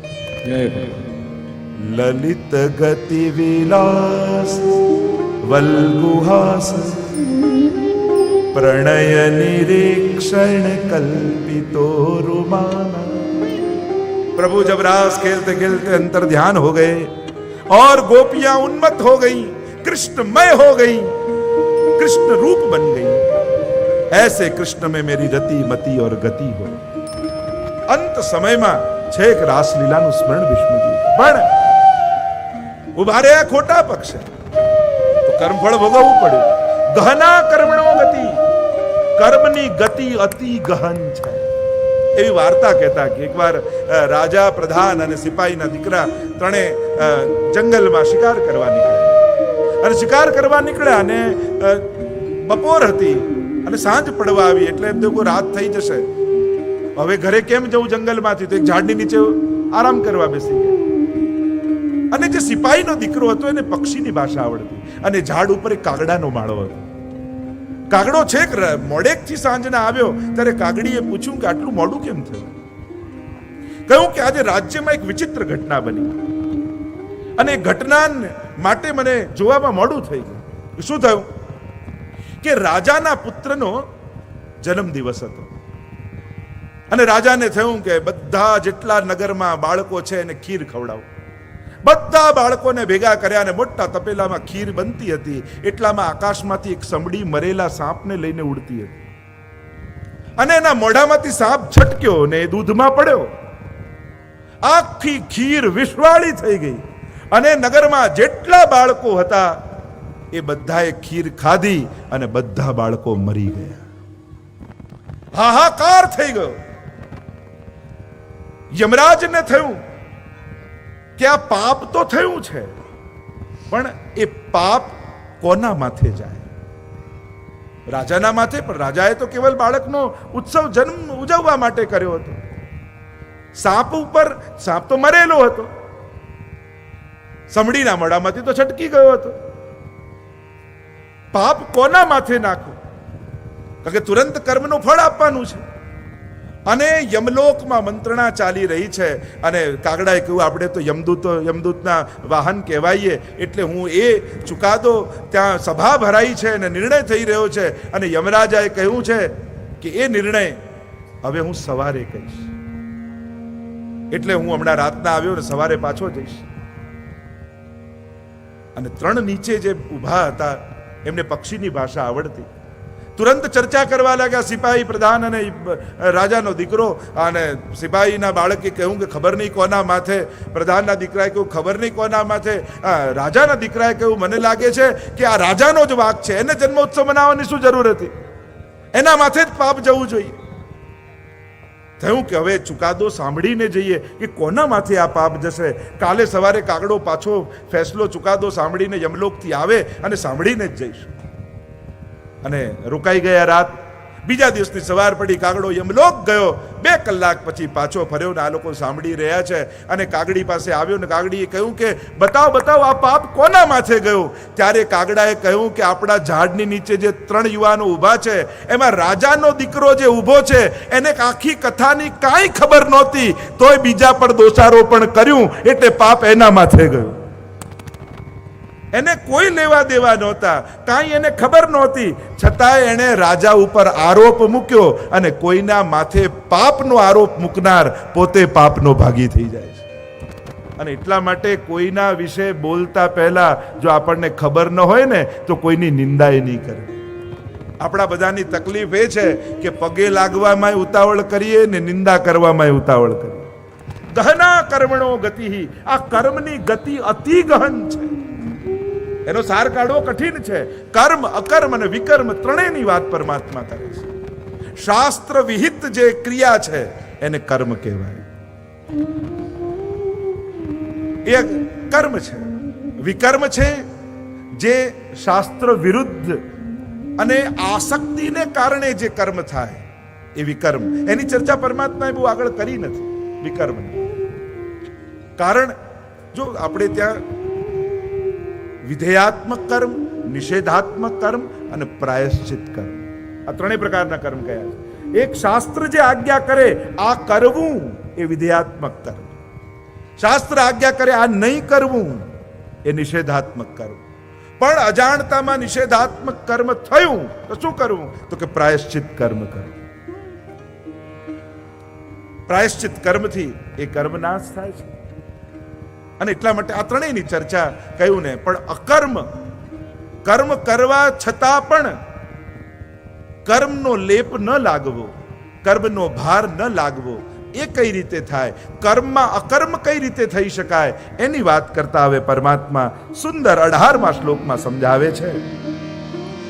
કર્મણ્ય કર્મય પશ્યે અકર્મણિ ચ કર્મય સબુદ્ધિમાન મનુષ્યેષુ સંયુક્ત કૃષ્ણ કર્મ કર. ભગવાન કહે કે જે કર્મમાં અકર્મને જુએ અને અકર્મમાં કર્મને જુએ એ બુદ્ધિમાન, સમસ્ત કાર્ય કરનારા હોવા છતાં એ યોગી છે. કારણ કે એને બાદ થતો નથી. અકર્મતા ભાવ, અકર્તા ભાવ, કર્મ કરવા છતાં જો નિષ્ક્રિય નથી થવાનું, પણ કર્મનો ભાર નથી રાખવાનો.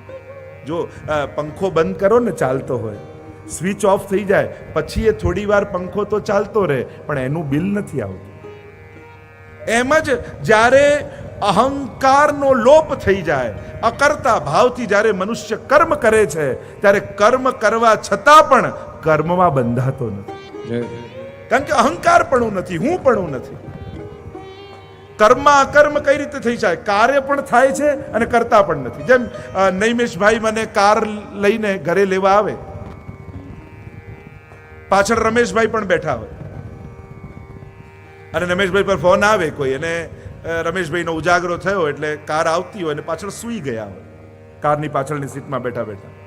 એટલે નરેશભાઈ પર ફોન આવે કે રમેશભાઈ છે, તો કહ્યું કે સૂઈ ગયા છે. મારે વાત કરી કે સૂઈ ગયા છે. બીજાનો ફોન આવે કે રમેશભાઈ મંડપમાં આવી રહ્યા છે ને? કા એ તો આવી રહ્યા છે. તો મને આશ્ચર્ય થાય કે સૂઈ પણ રહ્યા છે ને આવી પણ રહ્યા છે, કાંઈ નથી કરતા અને કરી પણ રહ્યા છે. આ બંને કઈ રીતે સંભવે? આને કહેવાય કર્મમાં અકર્મ, કે કર્મ શરીર ચાલી રહ્યું છે અને અહંકાર સૂઈ રહ્યો છે. કાર્ય પણ થઈ રહ્યું છે અને કાર્ય કરવાનો ભાર પણ લાગતો. કૃતિ થાય, કર્મ થાય, પ્રક્રિયા થાય, પણ અહંકાર સૂઈ રહ્યો છે. એને સુડાવી દીધો. કરતા ભાવ નથી. કરતે હો તુમ કનૈયા, મેરા નામ હો રહા, मेरा आपकी कृपा से सब काम हो रहा है, मेरा आपकी कृपा से सब काम हो रहा है, हो तुम कन्हैया मेरा नाम हो करते हो तुम कन्हैया, करते हो चित्त तू सिद्धने चिंता धरे, कृष्ण ने करवू होय. कोई वांसળી ने पूछूं, अरे बंसी तू प्रभु को इतनी प्रिय क्यों है? अरे वांसળી તું ઠાકોરજીને આટલી વાલી કેમ છે કે જાગે તોય તું બાજુમાં અને પોઢે તોય તું બાજુમાં? એવું તે કયું સુકૃત કર્યું છે? गोप्यकिमाचरदेयं कुशलं स्वेणु दामोदराधर सुदामपि गोपिकानां भुंक्ते स्वयं यद वशिष्ठ रसमृदिन्यो ऋष्यत्वचोश्रु मुचुस्तरवो यतार्या. વેણુ ગીતમાં પણ ગોપીઓએ કહ્યું ને, કિમાચરમ, એવું તે કયું સુકૃત કર્યું છે, એવું કયો ધર્મ કર્યો કે તું પ્રભુને આટલી વાલી છે? ત્યારે વેણુએ કહ્યું, બીજા તો કોઈ ધર્મની ખબર નહીં, પણ કદાચ પ્રભુને વાલી એટલા માટે છું કે પ્રભુ જેટલું વગાડે ને એટલું જ વાગું છું. મારા સ્વર ભરતી નથી, સંપૂર્ણ શરણાગતિ છે, હું કાંઈ કરતી નથી. મેં તો મારી જાત કૃષ્ણને સોંપી દીધી, એ જેવા સ્વર ભરે એવા સ્વર કાઢું છું. करते हो तुम कन्हैया मेरा नाम हो रहा है, करते हो तुम कन्हैया मेरा नाम हो रहा है, मेरा सब काम हो रहा है। પ્રભુ કરનારો તું જ છું. આવા ભાવથી કરતુમ અકર્તુમ અને અનન્યથા કરતુમ, આ ત્રણેય જે પરમાત્માને જાણે એ જ કર્મ અકર્મ અને અકર્મમાં કર્મ કરનારો. બધું જ થતું હોય, બધું જ કરતો હોય, નિષ્ક્રિય નથી થવાનું, નિરાશ નથી થવાનું, પ્રમાદી નથી થવાનું. પ્રમાદી વ્યક્તિ તો પરમાત્માને ગમતો જ નથી. પ્રભુ લડાવે તો અર્જુન પાસે, જીતાડીશ ભલે હું, પણ લડાવીશ તો તને જ. મેં ગઈકાલે જ કહ્યું હતું ને કે તમે ભગવાન સુખ આપશે પણ ચેક લખીને મંદિરમાંથી નહીં આપે, મોકલશે તો દુકાને જ. પુરુષાર્થ તો કરાવશે, મહેનત તો કરાવશે. પુરુષાર્થ કરનારો વ્યક્તિ પરમાત્માને ગમે છે. અને એટલા માટે પ્રમાદી નહીં થવું, પણ કર્મ અકર્મ કરતા ભાવ મૂકી દેવો. બ્રહ્મ સંબંધની પ્રક્રિયા શું છે? પુષ્ટિ માર્ગની શરૂઆત આપણે જે કરીએ છીએ, હાથમાં તુલસી દલ લઈને પરમાત્મા ઠાકોરજીની આગળ કહીએ છીએ, આજ સુધી જે કાંઈ પણ મેં મારું માન્યું છે એ આત્મા સહિત પ્રભુ આપને સમર્પિત કરું છું. જય આજથી હું આપનો છું એવો પ્રભુ આગળ સંકલ્પ કરીએ છીએ. આપણી અહમતા અને મમતા પુષ્ટિ માર્ગમાં પ્રવેશતાની સાથે પહેલા ઠાકોરજીને ધરી દઈએ છીએ. હવે મારી મમતાના કેન્દ્રમાં તું છું. હવે મારી અહમતા, હું તારો દાસ છું, બસ મારી એટલી જ છે. મારો હુંકાર એટલો કે દાસોહમ, હું તારો દાસ. એ જ મારા અસ્તિત્વનો અહંકાર, બસ. બાકી હું તારો છું. બહુ મોટી વાત છે પરમાત્માને કહેવું કે હું તારો છું. અહીંયા પ્રભુ કર્મ આદિ બતાવ્યું. આગળ 22મા શ્લોકમાં પરમાત્મા કહે આ કર્મ કોને બાંધતા નથી, કારણ કે પ્રત્યેક કર્મ બંધન કરતા છે. પુણ્ય સોનાની બેડી તો પાપ લોઢાની બેડી. જેટલા પાપ બાંધે એટલા પુણ્યો બાંધે. અને એક વસ્તુ સમજી લેજો, લોકોની એક બહુ મોટી ખોટી ભ્રમણા એ હોય છે કે જીવનમાં આટલા પાપ કર્યા ને, લાવ આટલા પુણ્ય કરી દઉં તો બંનેના છેદ ઉડી જાય. કર્મના સિદ્ધાંતમાં ક્યારે પણ પાપ પુણ્યના છેદ ઉડતા નથી. પાપ પાપની જગ્યાએ ભોગવવું પડે અને પુણ્ય પુણ્યની જગ્યાએ ભોગવવું પડે.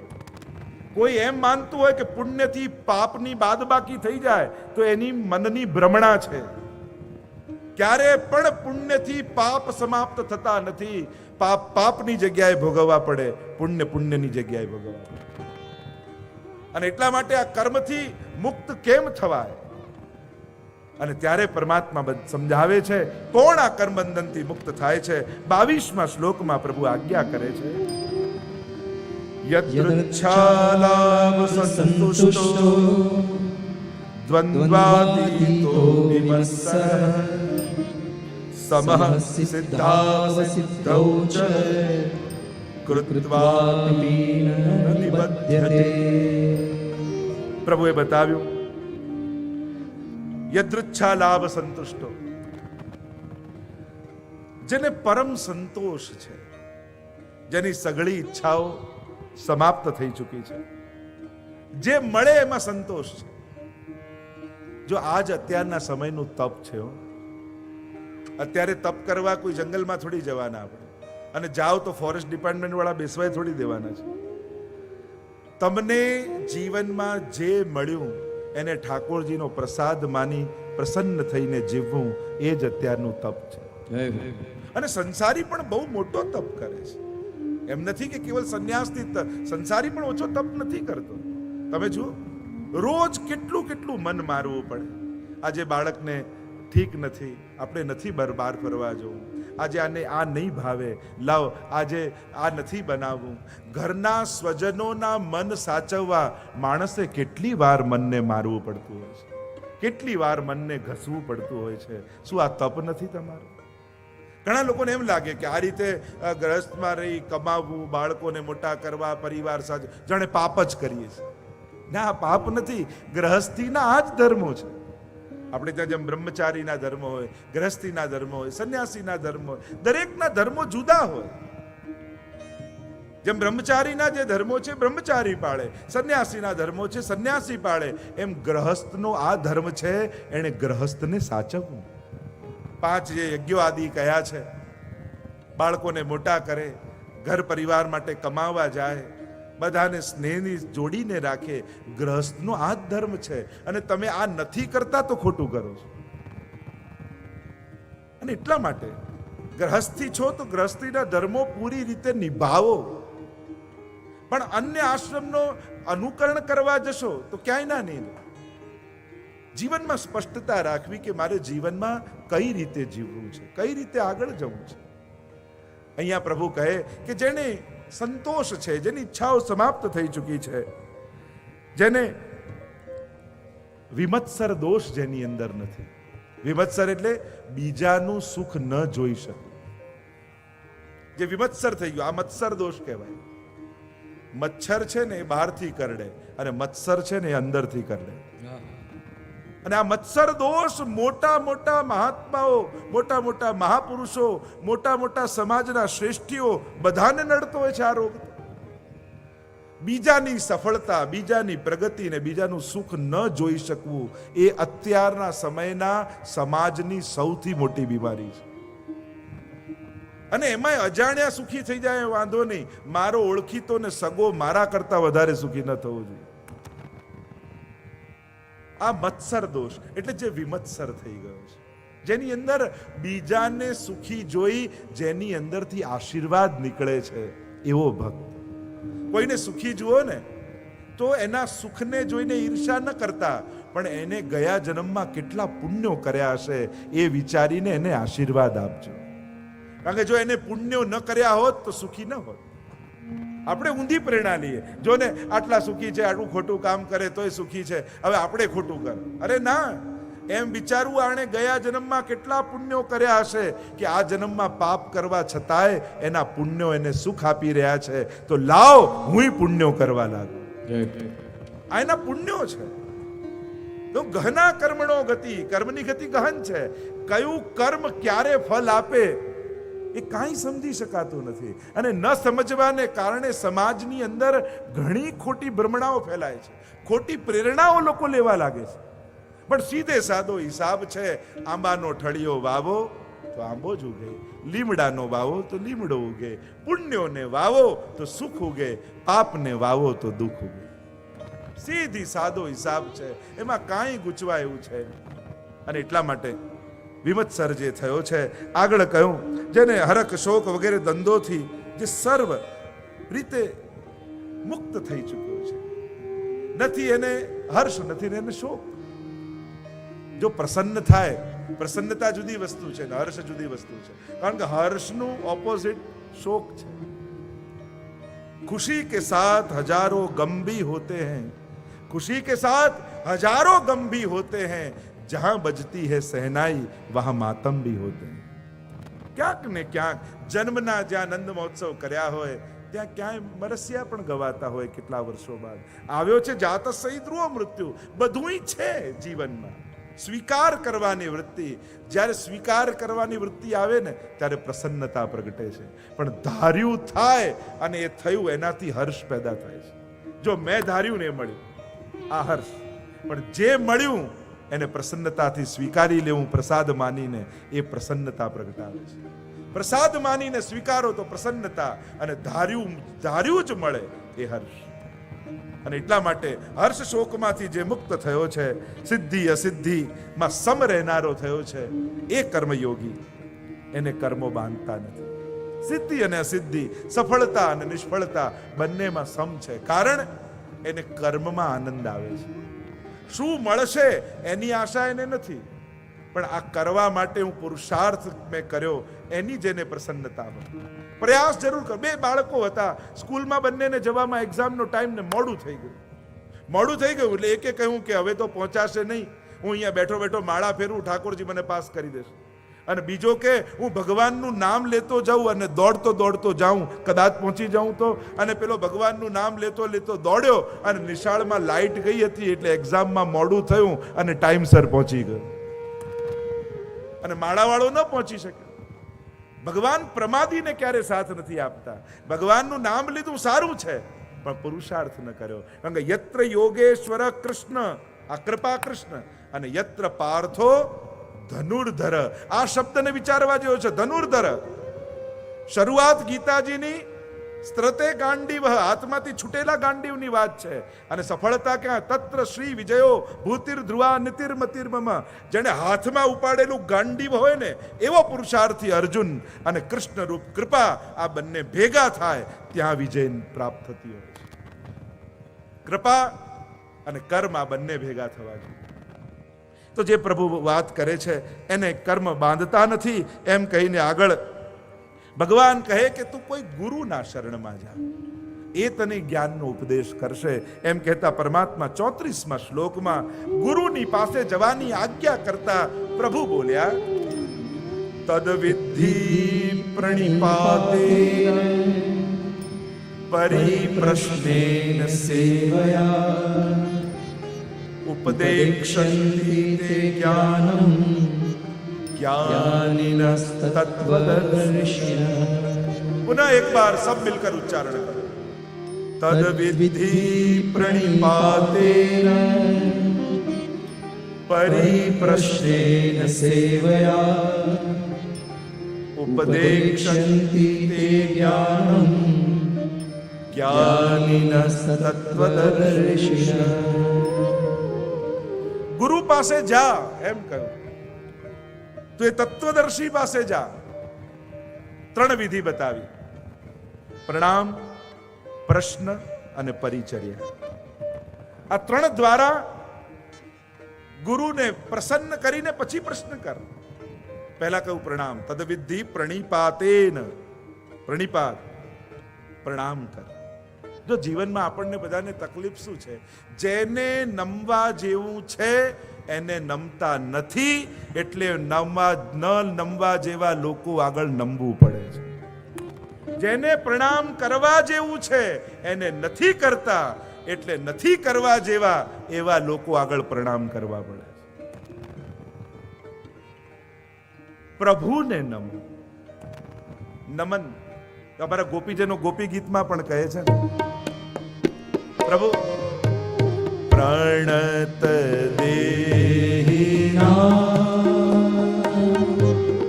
પાપ કર્ષણમ તૃણચરાનુગમ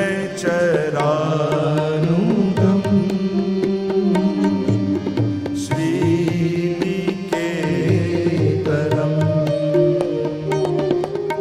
ફણિફણાર્પિતમ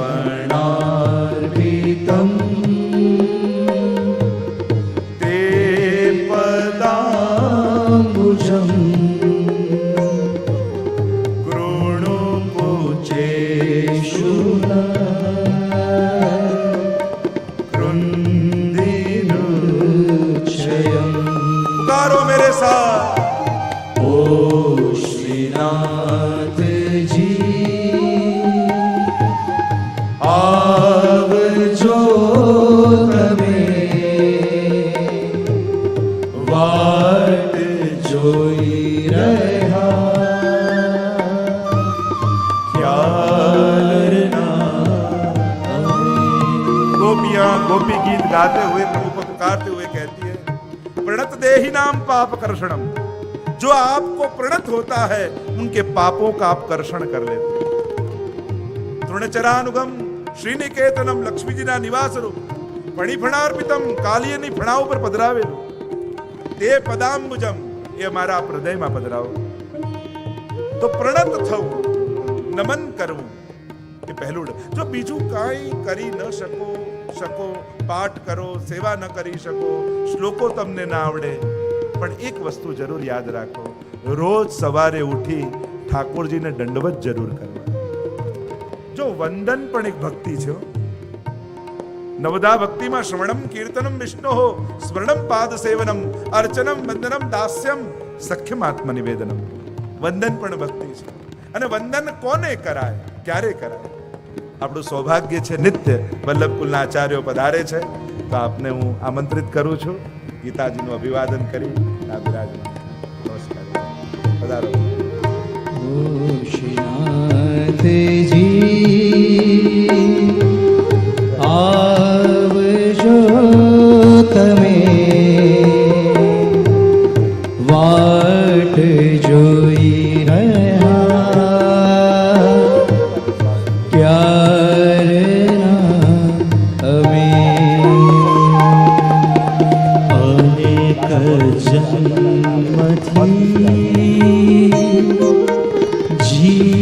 શિવ આથડે આપ શરણની ખબર ના પડે. પુનઃ પ્રણત દેહિના પાપ કર્ષણમ તૃણચરાનુગમ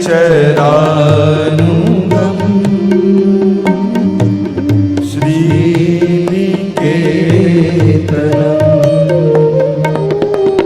ફણિફણાર્પિતમ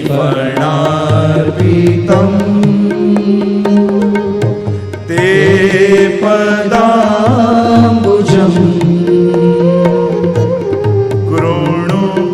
ચેશુન कृन्दिरुच्छयम्. तो मैं जो बात कर रहा था, वंदन भी एक भक्ति है और कोई ज्यादा नियम शायद न पाल पाओ तो एक नियम तो जरूर रखो. सवारे उठी ઠાકોરજી ના મંગળા ન થયા હોય તો મંદિરને દંડવત કરો. જો ભગવત મંદિર પણ ભગવત રૂપ છે, એને પણ અક્ષરબ્રહ્મનું રૂપ કહેવામાં આવે છે. તમે હવેલીએ જાઓ અને કદાચ મંદિરના દ્વાર બંધ થઈ ગયા હોય, ઠાકોરજીના દર્શન ન થાય, પણ હવેલીના પગથિયાને માથું નમાવીને આવો ને તોય તમારા દંડવત ઠાકોરજી સુધી પહોંચી જાય. જય. એને પણ સાધારણ નહીં માનવું. ભગવત મંદિરના પગથિયાને વંદન કરવું એ પણ બહુ મોટું પુણ્ય છે. અને એટલા માટે તદ્વિધિ પ્રણિપાતેન પરિપ્રશ્નેન સેવયા उपदेक्षन्ति ते ज्ञानम ज्ञानिनः तत्वदर्शिनः. सबसे पहले प्रणाम कहा. आदरणीय लोगों પાસે જાઓ ત્યારે સૌથી પહેલા આદર આપો. પરીક્ષિતના પ્રસંગમાં પણ મહાપ્રભુજી આજ્ઞા કરે છે કે જ્યારે પરીક્ષિત મહારાજ શમીક ઋષિના આશ્રમમાં પ્રવેશ કરે છે ત્યારે સૌથી પહેલો અપરાધ એ કર્યો કે આજ્ઞા વગર પ્રવેશ કર્યો. જ્યાં આદર રાખવો જોઈએ ત્યાં શંકા કરી. જો શ્રાપ લાગવાનું કારણ છે. જ્યાં શ્રદ્ધા રાખવી જોઈએ ત્યાં શંકા પ્રગટ કરી. મને માન ના આપવું પડે એટલે આંખો બંધ કરીને સમાધિનો ડોળ કરીને બેઠા છે. કલયુગ સવાર હતું ને માથે, અને કલયુગ માથે આવી જાય ને ત્યારે કોઈની શ્રદ્ધા પણ આપણને દંભ લાગે, કોઈનો ભાવ પણ આપણને દંભ લાગે. ત્યારે માનવું કે કલયુગ માથે સવાર છે અને એટલે શ્રાપ લાગ્યો. પણ શ્રાપિતને સમર્પિત બનાવનારી ભાગવતી કથા એને મળી. જો મહાપુરુષોનો શ્રાપ પણ કલ્યાણકારી હોય છે, એ પણ પતન કરનારો નથી હોતો. એ મહાપુરુષનો શ્રાપ લાગ્યો અને પરીક્ષિત મહારાજ મળે, સુખદેવજી મળ્યા અને ભાગવતી કથા એમને મળી. તો પ્રણામ તદ્વિધિ પ્રણિપાતેન પરિપ્રશ્નેન સેવયા, એની પરિચર્યા કરો, એ પ્રસન્ન થાય એમ કરો અને પછી એને પ્રશ્ન કરો. અને મહાપુરુષો પાસે જઈને પ્રશ્નો પણ એવા કરવા કે જેથી મહાપુરુષોને પણ શાસ્ત્રોનું સ્મરણ કરવાની ઈચ્છા થાય. મારા દીકરાના લગ્ન થતા નથી, દુકાન ચાલતી નથી, ઘણા પ્રશ્નો કરી છે. જ્યારે સાંસારિક પ્રશ્નો લઈ અને અલૌકિક જનો પાસે જાઓ છો ને ત્યારે ત્યાં પણ તમે સંસાર ઉભો કરો છો. બને તો અમુક જગ્યાઓ એવી રાખો કે જ્યાં ભગવાન સિવાય બીજી કોઈ વાત નહીં કરે. કહ્યું એ તત્વદર્શી તને જ્ઞાનનો ઉપદેશ આપશે. જો ઘણીવાર ગુરુ બોલીને પણ જ્ઞાન આપે અને મૌન રહીને પણ જ્ઞાન આપે.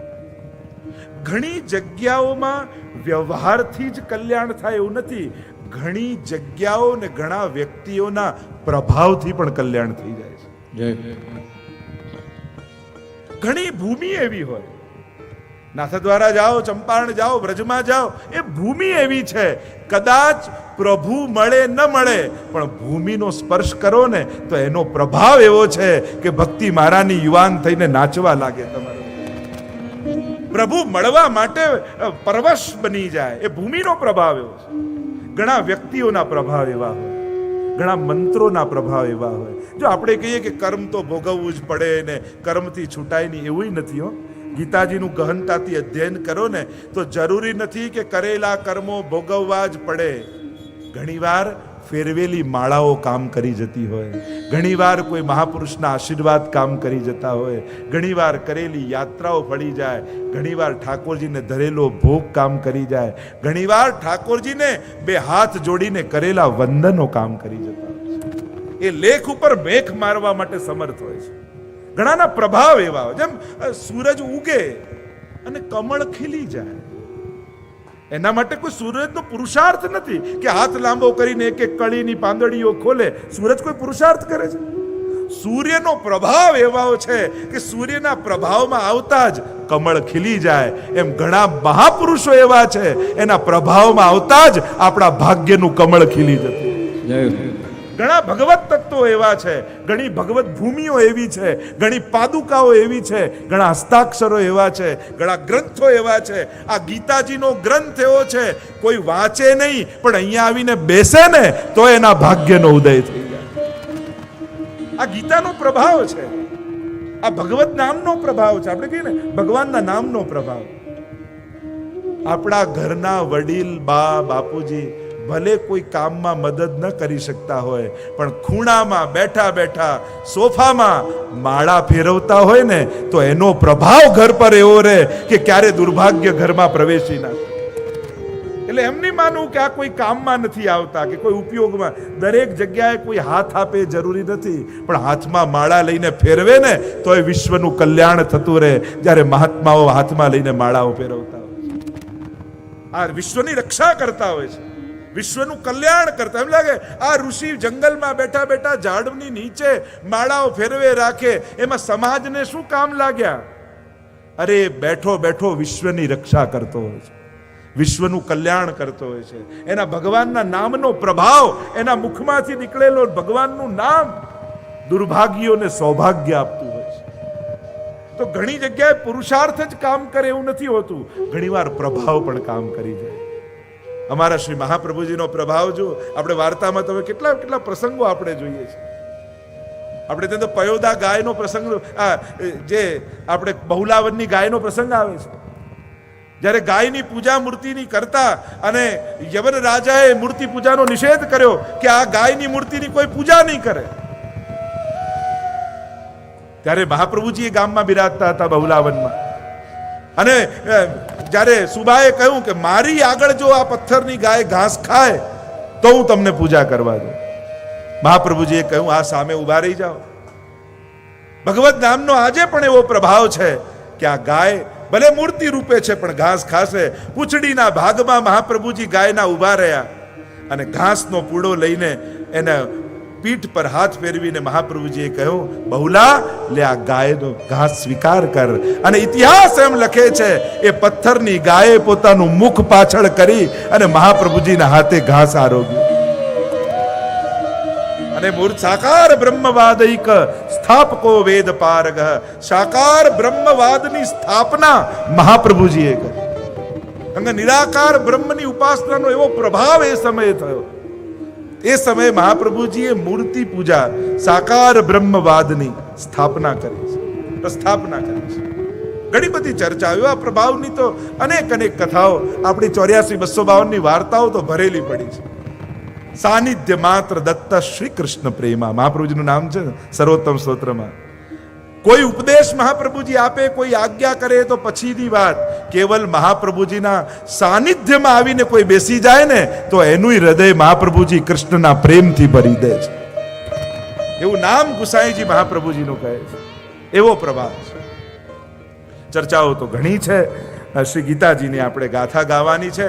તત્વિધિ પ્રણિપાતેન પરિપ્રશ્નેન સેવયા. એવો ગુરુનો આ પ્રભાવ છે. એ તત્વદર્શી જ્ઞાનનો ઉપદેશ કરશે.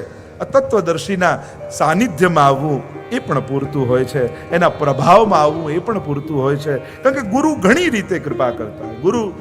ગુરુ પોતે કૃપા કરે, ગુરુ વંશ રૂપે કૃપા કરે, ગુરુ ગાદી રૂપે કૃપા કરે, ગુરુ મંત્ર રૂપે કૃપા કરે, ગુરુ સ્થાન રૂપે કૃપા કરે, ગુરુ ગ્રંથ રૂપે કૃપા કરે.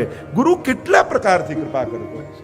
ઘણી જગ્યાએ ગાદી પૂજાતી હોય, ઘણી જગ્યાએ મંત્ર ગુરુનો પૂજાતો હોય, ઘણી જગ્યાએ ગુરુનો ગ્રંથ પૂજાતો હોય. ગુરુ પાદુકા રૂપે કૃપા કરે, ઘણી જગ્યાએ પાદુકા રૂપે. આપણે ત્યાં મહાપ્રભુજીના પાદુકાજી ઘણી જગ્યાએ બિરાજે છે, બેઠકજી બિરાજે છે. ગુરુની કૃપા કરવાના અનેક માધ્યમો છે. તદ્વિદ્ધિ પ્રણિપાતેન પરિપ્રશ્નેન સેવયા ઉપદેક્ષંતિ તે જ્ઞાનમ જ્ઞાનિન તત્વદર્શિન.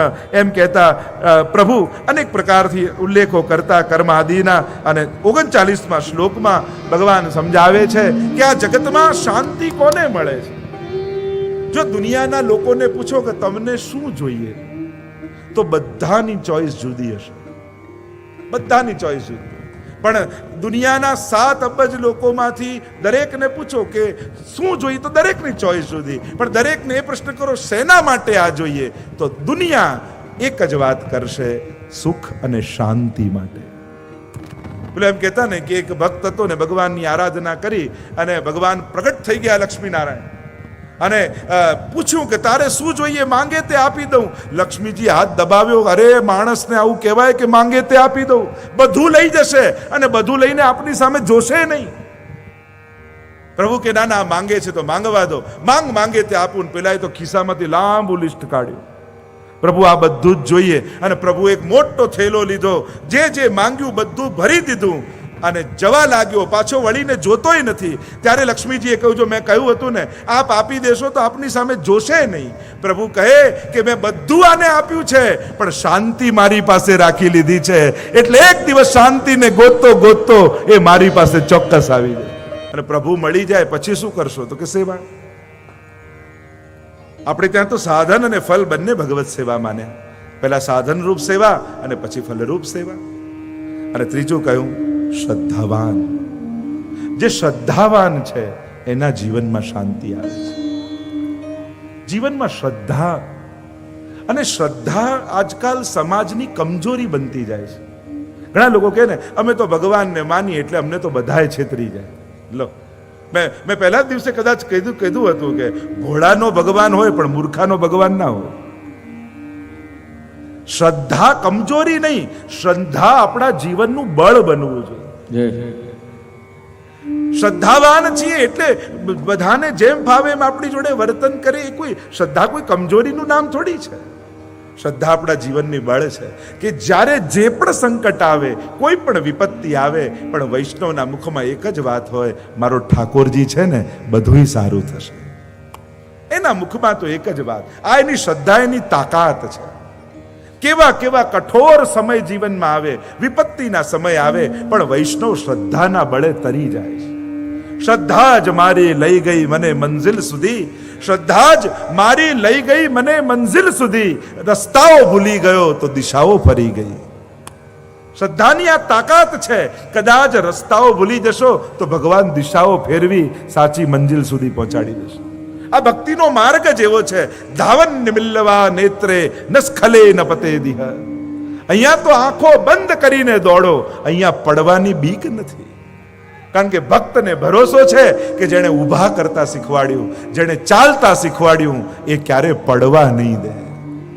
ઘણીવાર માં શીખવાડે ને ચાલતા, એટલે બાળકને ઊભું કરીને દૂર ઊભું રહી જાય અને કે આવ બેટા. અને બાળક દોડતું જ્યાં વાંકું થઈને પડવા જાય એટલે માં દોડીને ઉપાડી લે. હાથ છોડે છે એ ચાલતા શીખવાડવા માટે. એમ ઘણીવાર ભગવાનનો એમ લાગે કે ભગવાને હાથ ખેંચી લીધો કે શું, પણ એ ખેંચ્યો છે તમને પાડવા માટે નહીં, તમને ચાલતા શીખવાડવા માટે. આ જગતમાં તમારી ગતિ થાય. કારણ કે હાથ પકડવો સારો છે નાના હોઈએ ત્યારે, પણ જિંદગીભર હાથ પકડવો પડે ને એને તો ડિસેબિલિટી કહેવાય, એને તો અપંગતા કહેવાય.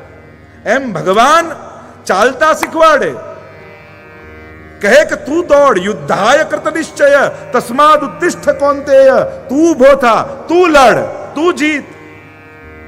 લડાવશે અર્જુન પાસે, પણ પ્રભુ ઉભો કરશે. અને જે માર્ગમાં ભગવાનને ચાલતા શીખવાડ્યું હોય એ ડૂબવા ન દે, પડવા ન દે. એટલે જ કોઈએ કહ્યું ને કે જલ ન ડુબાવે કાષ્ઠ કો, યહ કોન પ્રેમ કી રીત.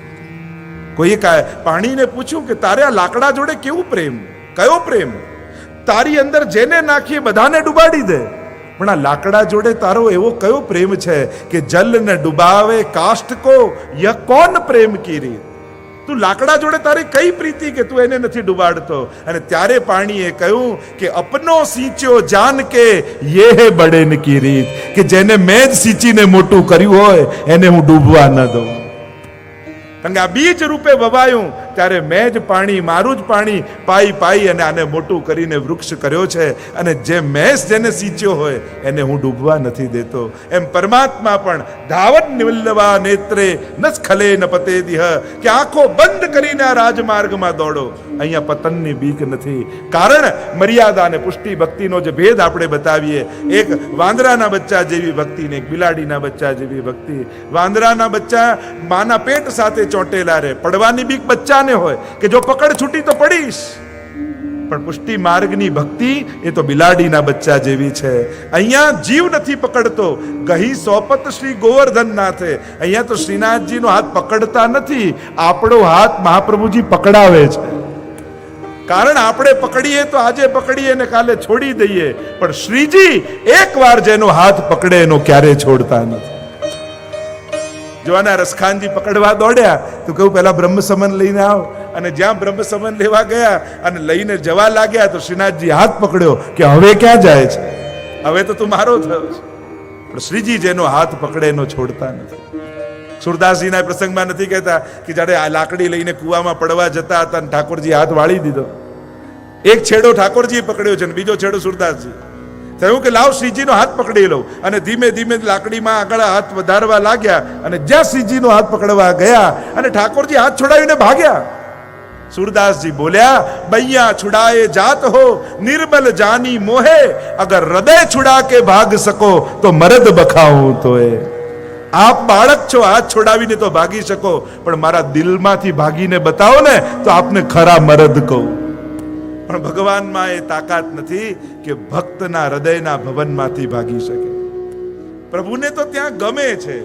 પિય તો હે નૈનન હી મેં રાખું, તેરે એક રોમ કી છબી પર જગતવાર સબ નાખું. પ્રભુને તો ત્યાં ગમે છે. આમ શ્રદ્ધાવાન લભતે જ્ઞાન, જે શ્રદ્ધાવાન છે. અને શ્રદ્ધા આપણું બળ છે. યુવાનોને પણ જ્યારે શ્રદ્ધા આપો ત્યારે તાકાત રૂપે આપજો, કમજોરી રૂપે ના આપતા.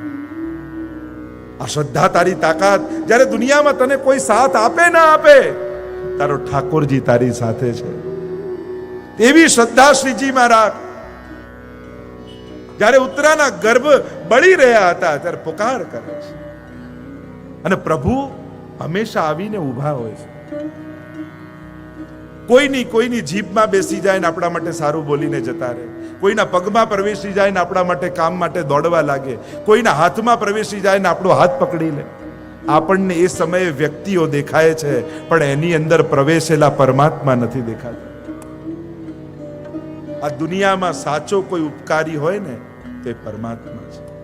ભક્તો એટલે જ ગાતા કહે છે, ઉપકાર તમારા ભારે રે ઓ શ્રીજી બાવા. ઉપકાર તમારા ભારે રે ઓ શ્રીજી બાવા. હું દેખું વારે વારે રે ઓ શ્રીજી બાવા.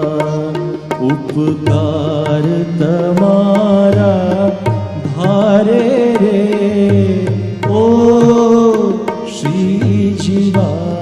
કેવા સમય જીવનમાં આવ્યા. ઘણી વાર એમ લાગ્યું હવે ફસાઈ ગયા, હવે જીવન ખતમ, હવે કેમ કરીને જીવીશું. પણ એ સમયે કોઈ ને કોઈ રૂપ લઈને પરમાત્મા સામે આવીને ઉભો રહી. પ્રભુ મદદ કરશે પણ ક્યારે કહેશે નહીં કે હું ઉભો હતો. આપણે ઓળખી લેવાનો, હમણાં મારો ઠાકોરજી આની અંદર પ્રવેશ્યો છે. પોતાના ભૂતકાળને યાદ કરો ને, કેવી કેવી ઘટનાઓ જીવનમાં ઘટે છે. માણસ હતાશ થઈ જાય, નિરાશ થઈ જાય, પણ એની શ્રદ્ધાની તાકાત હોય ને ત્યારે એમ લાગે મારો શ્રીનાથજી મારી સાથે છે. મેં જે માગ્યું તે આપ્યું, દુઃખ પડતા પહેલા કાપ્યું. મેં જે માગ્યું તે આપ્યું, દુઃખ પડતા પહેલા કાપ્યું. મન નિજ પદ માહે સ્થાપ્યું રે ઓ બાવા ઉપકાર તમારા ભારે ઓ શ્રીજી બાવા. આપણને જીવનમાં 5-10 દુઃખો આવ્યા અને પરમાત્માએ બચાવ્યા આપણને. એ બધી ઘટનાઓ આપણને યાદ છે. જો ઠાકોરજી અહીંયા બચાવ્યા, ઠાકોરજી અહીંયા રક્ષા કરી, પ્રભુએ અહીંયા ઉગાર્યા, એ 5-10 દુઃખોમાંથી બચાવ્યા એ તો આપણને યાદ છે, પણ હજારો દુઃખોને આપણા સુધી પહોંચવાય નથી દીધા એ તો આપણને ખબર નથી. પ્રભુ તુજ જેવું સુખદાયી,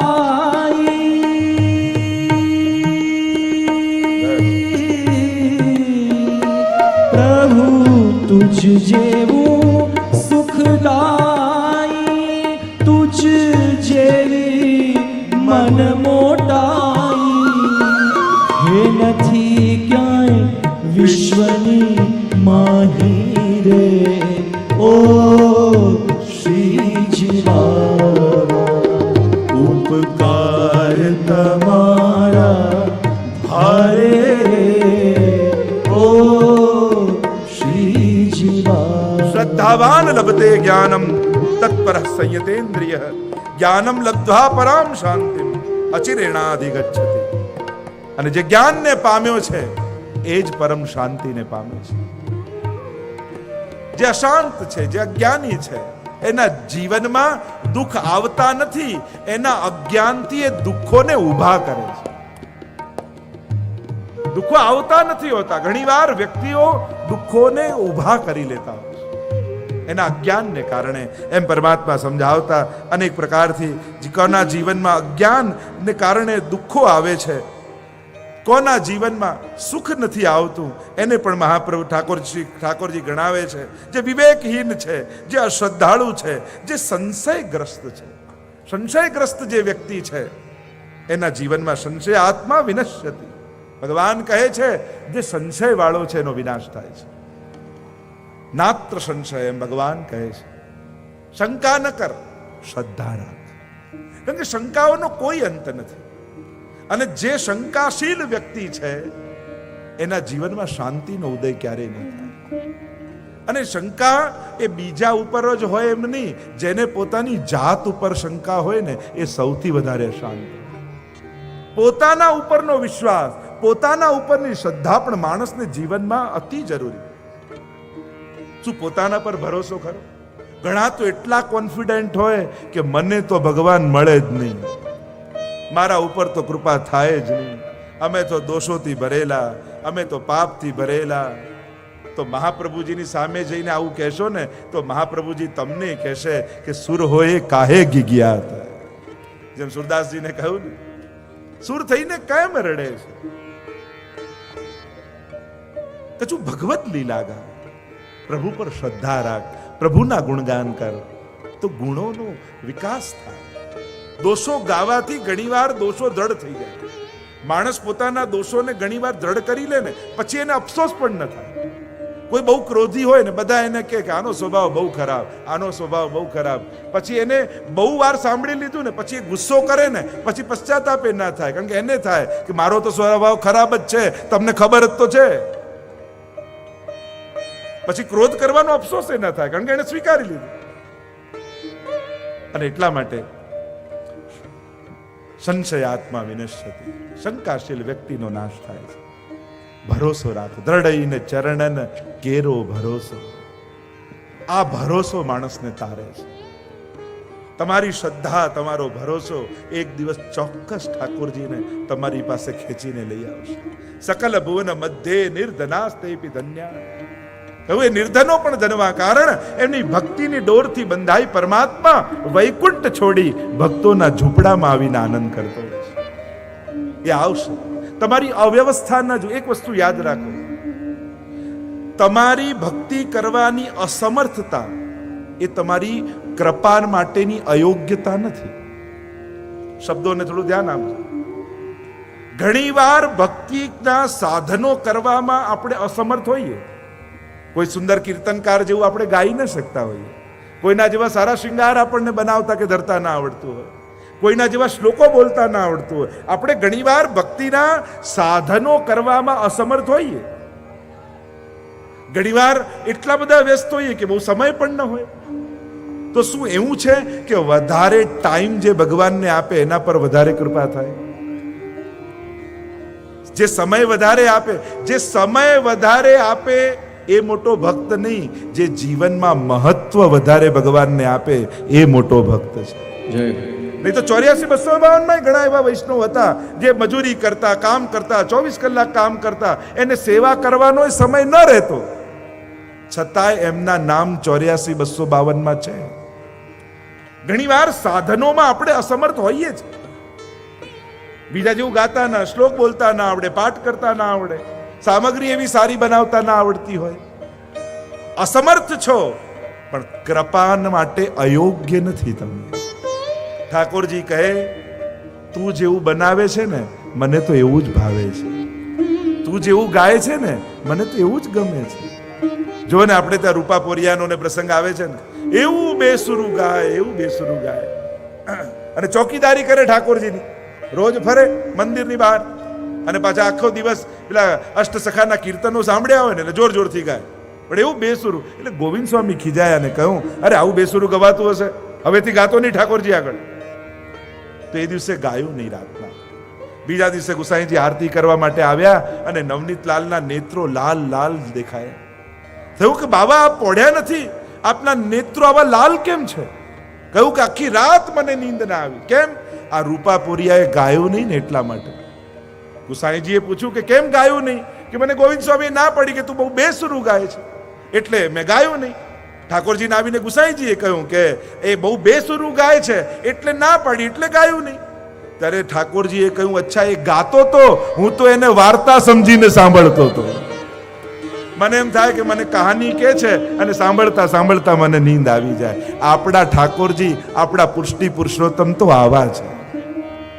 અને એટલા માટે ભક્તિ કરવા, ભક્તિના સાધનોમાં તમે અસમર્થ હો, પણ એનાથી એ સાબિત નથી થતું કે તમે કૃપા માટે અયોગ્ય થઈ ગયા છો, એનાથી અપાત્ર થયા છો એવું ન માનતા.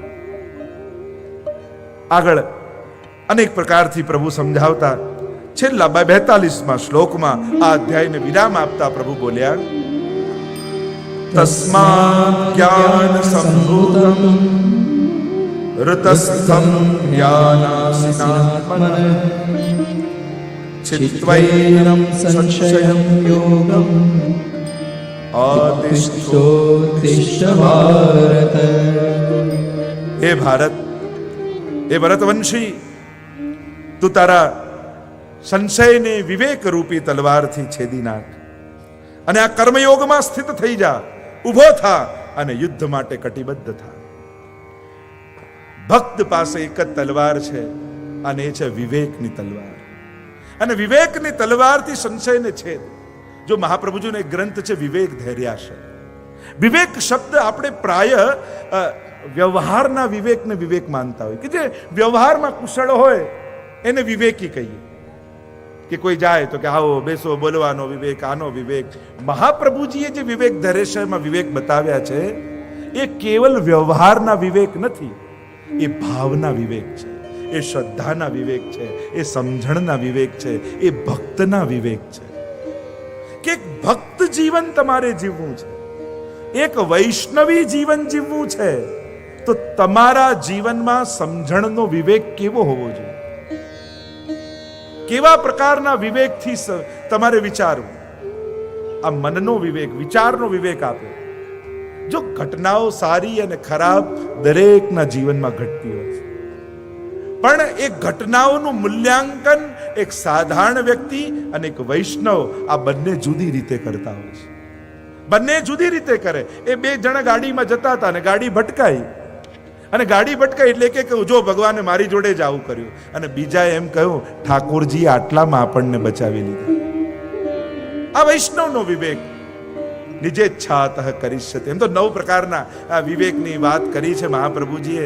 જ્યારે જ્યારે ઘટનાઓ ઘટે તમે ને ઘટનાઓ રૂપે જોશો તો સુખ દુઃખનો અનુભવ થશે, પણ લીલા રૂપે જોશો તો આનંદનો અનુભવ થશે. તથૈવ તસ્ય લીલેતિ મત્વા ચિંતામૃતમ તજેત. લીલાઓ રૂપે જોશો તો સુખ દુઃખથી પર થઈ જશો, ઘટનાઓ રૂપે જોશો તો સુખ દુઃખના ભવરમાં ફસાઈ જશો. તો આ વિવેકની તલવારથી તું એને છેદી નાખ તારા સંશયને. અદ્ભુત વિવેક, મહાપ્રભુજીએ જે વિવેકની ચર્ચા કરી છે, જે 9 પ્રકારના વિવેક બતાવ્યા છે, એની અદ્ભુત ચર્ચાઓ કરવામાં આવી છે. અને જ્યારે મહાપ્રભુજીની વાણીનો આપણે વિચાર કરી રહ્યા છીએ એવા જ સમયે આપણા પુષ્ટિ માર્ગના સપ્ત ગમે છે. જોજો કોઈ પણ આવે મન તુરંત છલાંગ મારીને બીજાની ગોદમાં જતો રહે, પણ જેણે મનને પોતાનું કરીને રાખ્યું છે. ઘણી વાર કહીએ ને કે સેવા કરવા બેસીએ ને મન ભટકે. આ મનનો સ્વભાવ જ છે. સંકલ્પ વિકલ્પાત્મક મન, સંકલ્પ વિકલ્પ કરે એ જ મન છે. પણ સંકલ્પમાં એ ભગવાન અને વિકલ્પમાં એ ભગવાન, આ બંનેમાં જે ભગવાનને બેસાડી લે એનું મન ભગવાનને છોડીને ક્યાંય નથી જતું. ચંચલતા એ ભક્તિ માર્ગમાં બાધક નથી પણ સાધક છે. જુઓ ને, અહીંયા બેઠા બેઠા નાથ દ્વારા દર્શન કરીને આવી જવાય 1 મિનિટમાં. સદુપયોગ કરતા આવડવું જોઈએ. મનની ચંચળતા બાધક નથી, મનની દિશા ખોટી હોય એ બાધક છે. મનને પકડવા જશો તો વધારે વ્યાકુળ થઈ જશે, કારણ કે સ્થિર કરવું કઠિન છે. સ્વસ્થ મન એની ચંચળતા જ એની સાબિતી છે કે આનું મન સ્વસ્થ છે. પડી ગયેલું મન, મેં ગઈકાલે ચર્ચા કરતો, કાં યોગીનું હોય કાં ડિપ્રેશન વાળાનું હોય કે જેના મનમાં કોઈ વિચાર જ ના આવતા. તો સંકલ્પ વિકલ્પ કરે સ્વસ્થ છે, પણ આ મન સહજ પરમાત્મા ચેતસ તત્પ્રવણમ સેવા જે મહાપ્રભુજી કહે છે, પ્રેમ દ્વારા જ મન એકાગ્ર થઈ શકે છે. મન જેની મહત્તા માને આપમેળે મન એનું થઈ જાય, અને મન જેની મહત્તા નથી માનતું મન એમાં ક્યારે લાગતું નથી. તમારા ખિસ્સામાં હીરો પડ્યો હોય અને કથામાં આવો તો વારે ઘડીએ હાથ હીરા પર જાય કે નહીં? કોઈ લઈ લેશે તો નહીં ને, ક્યાંક જતું તો નહીં ને, ક્યાંક પડી તો નહીં જાય. સહજ મન એમાં, કારણ કે હીરાનું મૂલ્ય તમે જાણો છો. પણ કચરા ટોપલીમાં કચરો નાખ્યા પછી ક્યારે વિચાર કરો છો કે કચરામાં શું નાખ્યું? કારણ કે એની કોઈ કિંમત નથી. મન જેની મહત્તા માને એનું થઈ જાય. જે દિવસે મન ભગવાનની મહત્તાને સ્વીકાર કરી લેશે પછી મન ભગવાનને છોડીને ક્યાંય નહીં જાય. મન પંછી તબ લગી ઉડે વિષય વાસના માહી, પણ જબ તક પ્રેમ બાજ કી ઝપટ में જબ લગાયો નહીં. આ મનનું એવું જ છે. મનને સંસાર અનુકૂળ થાય ને તો સંસારી મનને સુરક્ષા લાગે, પણ જેનું ભક્ત મન છે એને બંધન લાગે છે. આપણું જેમ બધું ગોઠવાઈ જાય, બધી એફડીઓ ગોઠવાઈ ગઈ હોય, બાળકો કયામાં હોય, બધું ઘરમાં વ્યવસ્થિત ચાલતું હોય તો સિક્યોરિટી લાગે ને કે બધું સિક્યોર છે. પણ ભક્તોને એનો જ ભય લાગે છે. ભક્તોને એમ લાગે કે સંસાર આટલો અનુકૂળ થઈ રહ્યો છે, ક્યાંક મારું મન સંસારમાં ન લાગી જાય. જેમ કોઈ કન્યા હોય અને કન્યા 12મું પાસ કરીને કોલેજમાં જાય છે, પહેલો દિવસ છે એટલે એને બીક લાગે કે કોલેજમાં જવું છે, એટલે પપ્પાને કે પપ્પા તમે મૂકવા આવો ને, બહેનપણીઓને કે ચાલો ને આપણે બધા ભેગા જઈશું, મમ્મીને કે મમ્મી તું સાથે ચાલ ને. બધા આવે તો એને સુરક્ષા લાગે.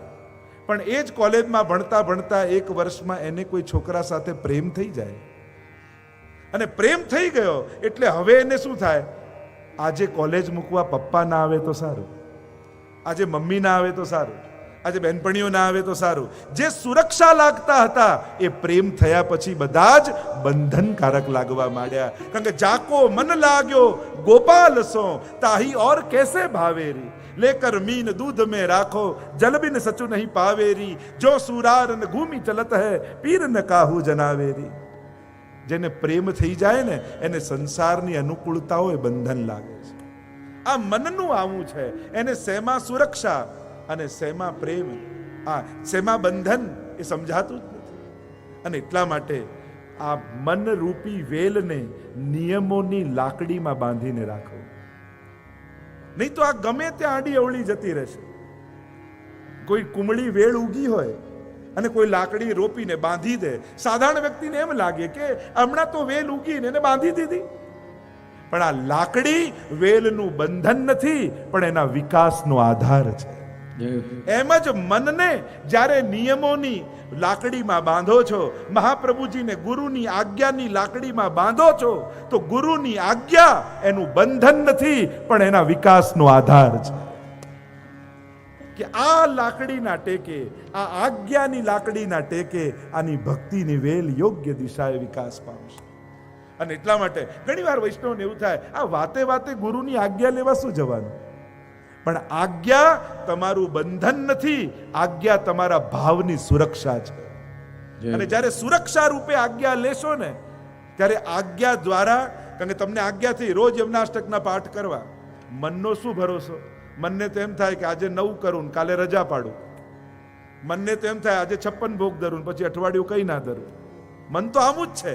પણ આજ્ઞા લીધી હશે ને તો એમ થશે, ભલે મન નથી કરતું પણ ગુરુની આજ્ઞા થઈ છે ને એટલે કરવું જ પડશે. આ મન ભક્તિની સુરક્ષા, આ આજ્ઞા ભક્તિની સુરક્ષા છે. એટલે મનરૂપી વેલને આજ્ઞાની લાકડીમાં બાંધીને રાખો. અહીંયા કહ્યું, જેણે મનને વશ કર્યું છે એવા જીવ, જે જીતેન્દ્રિય છે, જેનું અંતઃકરણ વિશુદ્ધ થયું છે, જે પ્રાણી માત્રમાં આત્મભાવને ધારણ કર્યો છે, એવો કર્મયોગી કર્મ કરવા છતાંય ક્યાંય લેપાતો નથી, જે સર્વમાં આત્મભાવ રાખે છે. જે આત્મા તમારી, જો કોઈ ભગવાનમાં માનતો હોય કે ન માનતો હોય, ભલે ને ગમે તેટલો નાસ્તિક હોય, પણ વૈષ્ણવે એના પ્રત્યે ક્યારે દુર્ભાવ નહીં લાવવો. હરિરાયજી તો આપણને શિક્ષણ આપ્યું જ છે, સમજણ આપ્યું જ છે. ઉનકે મન કી વો જાને, મેરે મન જગદીશ. વૈષ્ણવ કોઈ પણ ભાવે આવ્યો હોય, એ ભલે લૌકિક વ્યવહારે આવ્યો હોય, પણ આપણે લૌકિક ભાવે નહીં જોવો. આપણે તો એમ માનવું કે મહાપ્રભુજી આના હૃદયમાં બિરાજીને મારા ઘરે પધાર્યા. આયે મેરે નંદ નંદન કે પ્યારે, માલા તિલક મનોહર બાનો, ત્રિભુવન કે ઉજિયારે. સમજણ તમારી સારી હશે ને તો નબળા સંજોગોમાં પણ તમારી ભક્તિને આંચ નહીં આવે.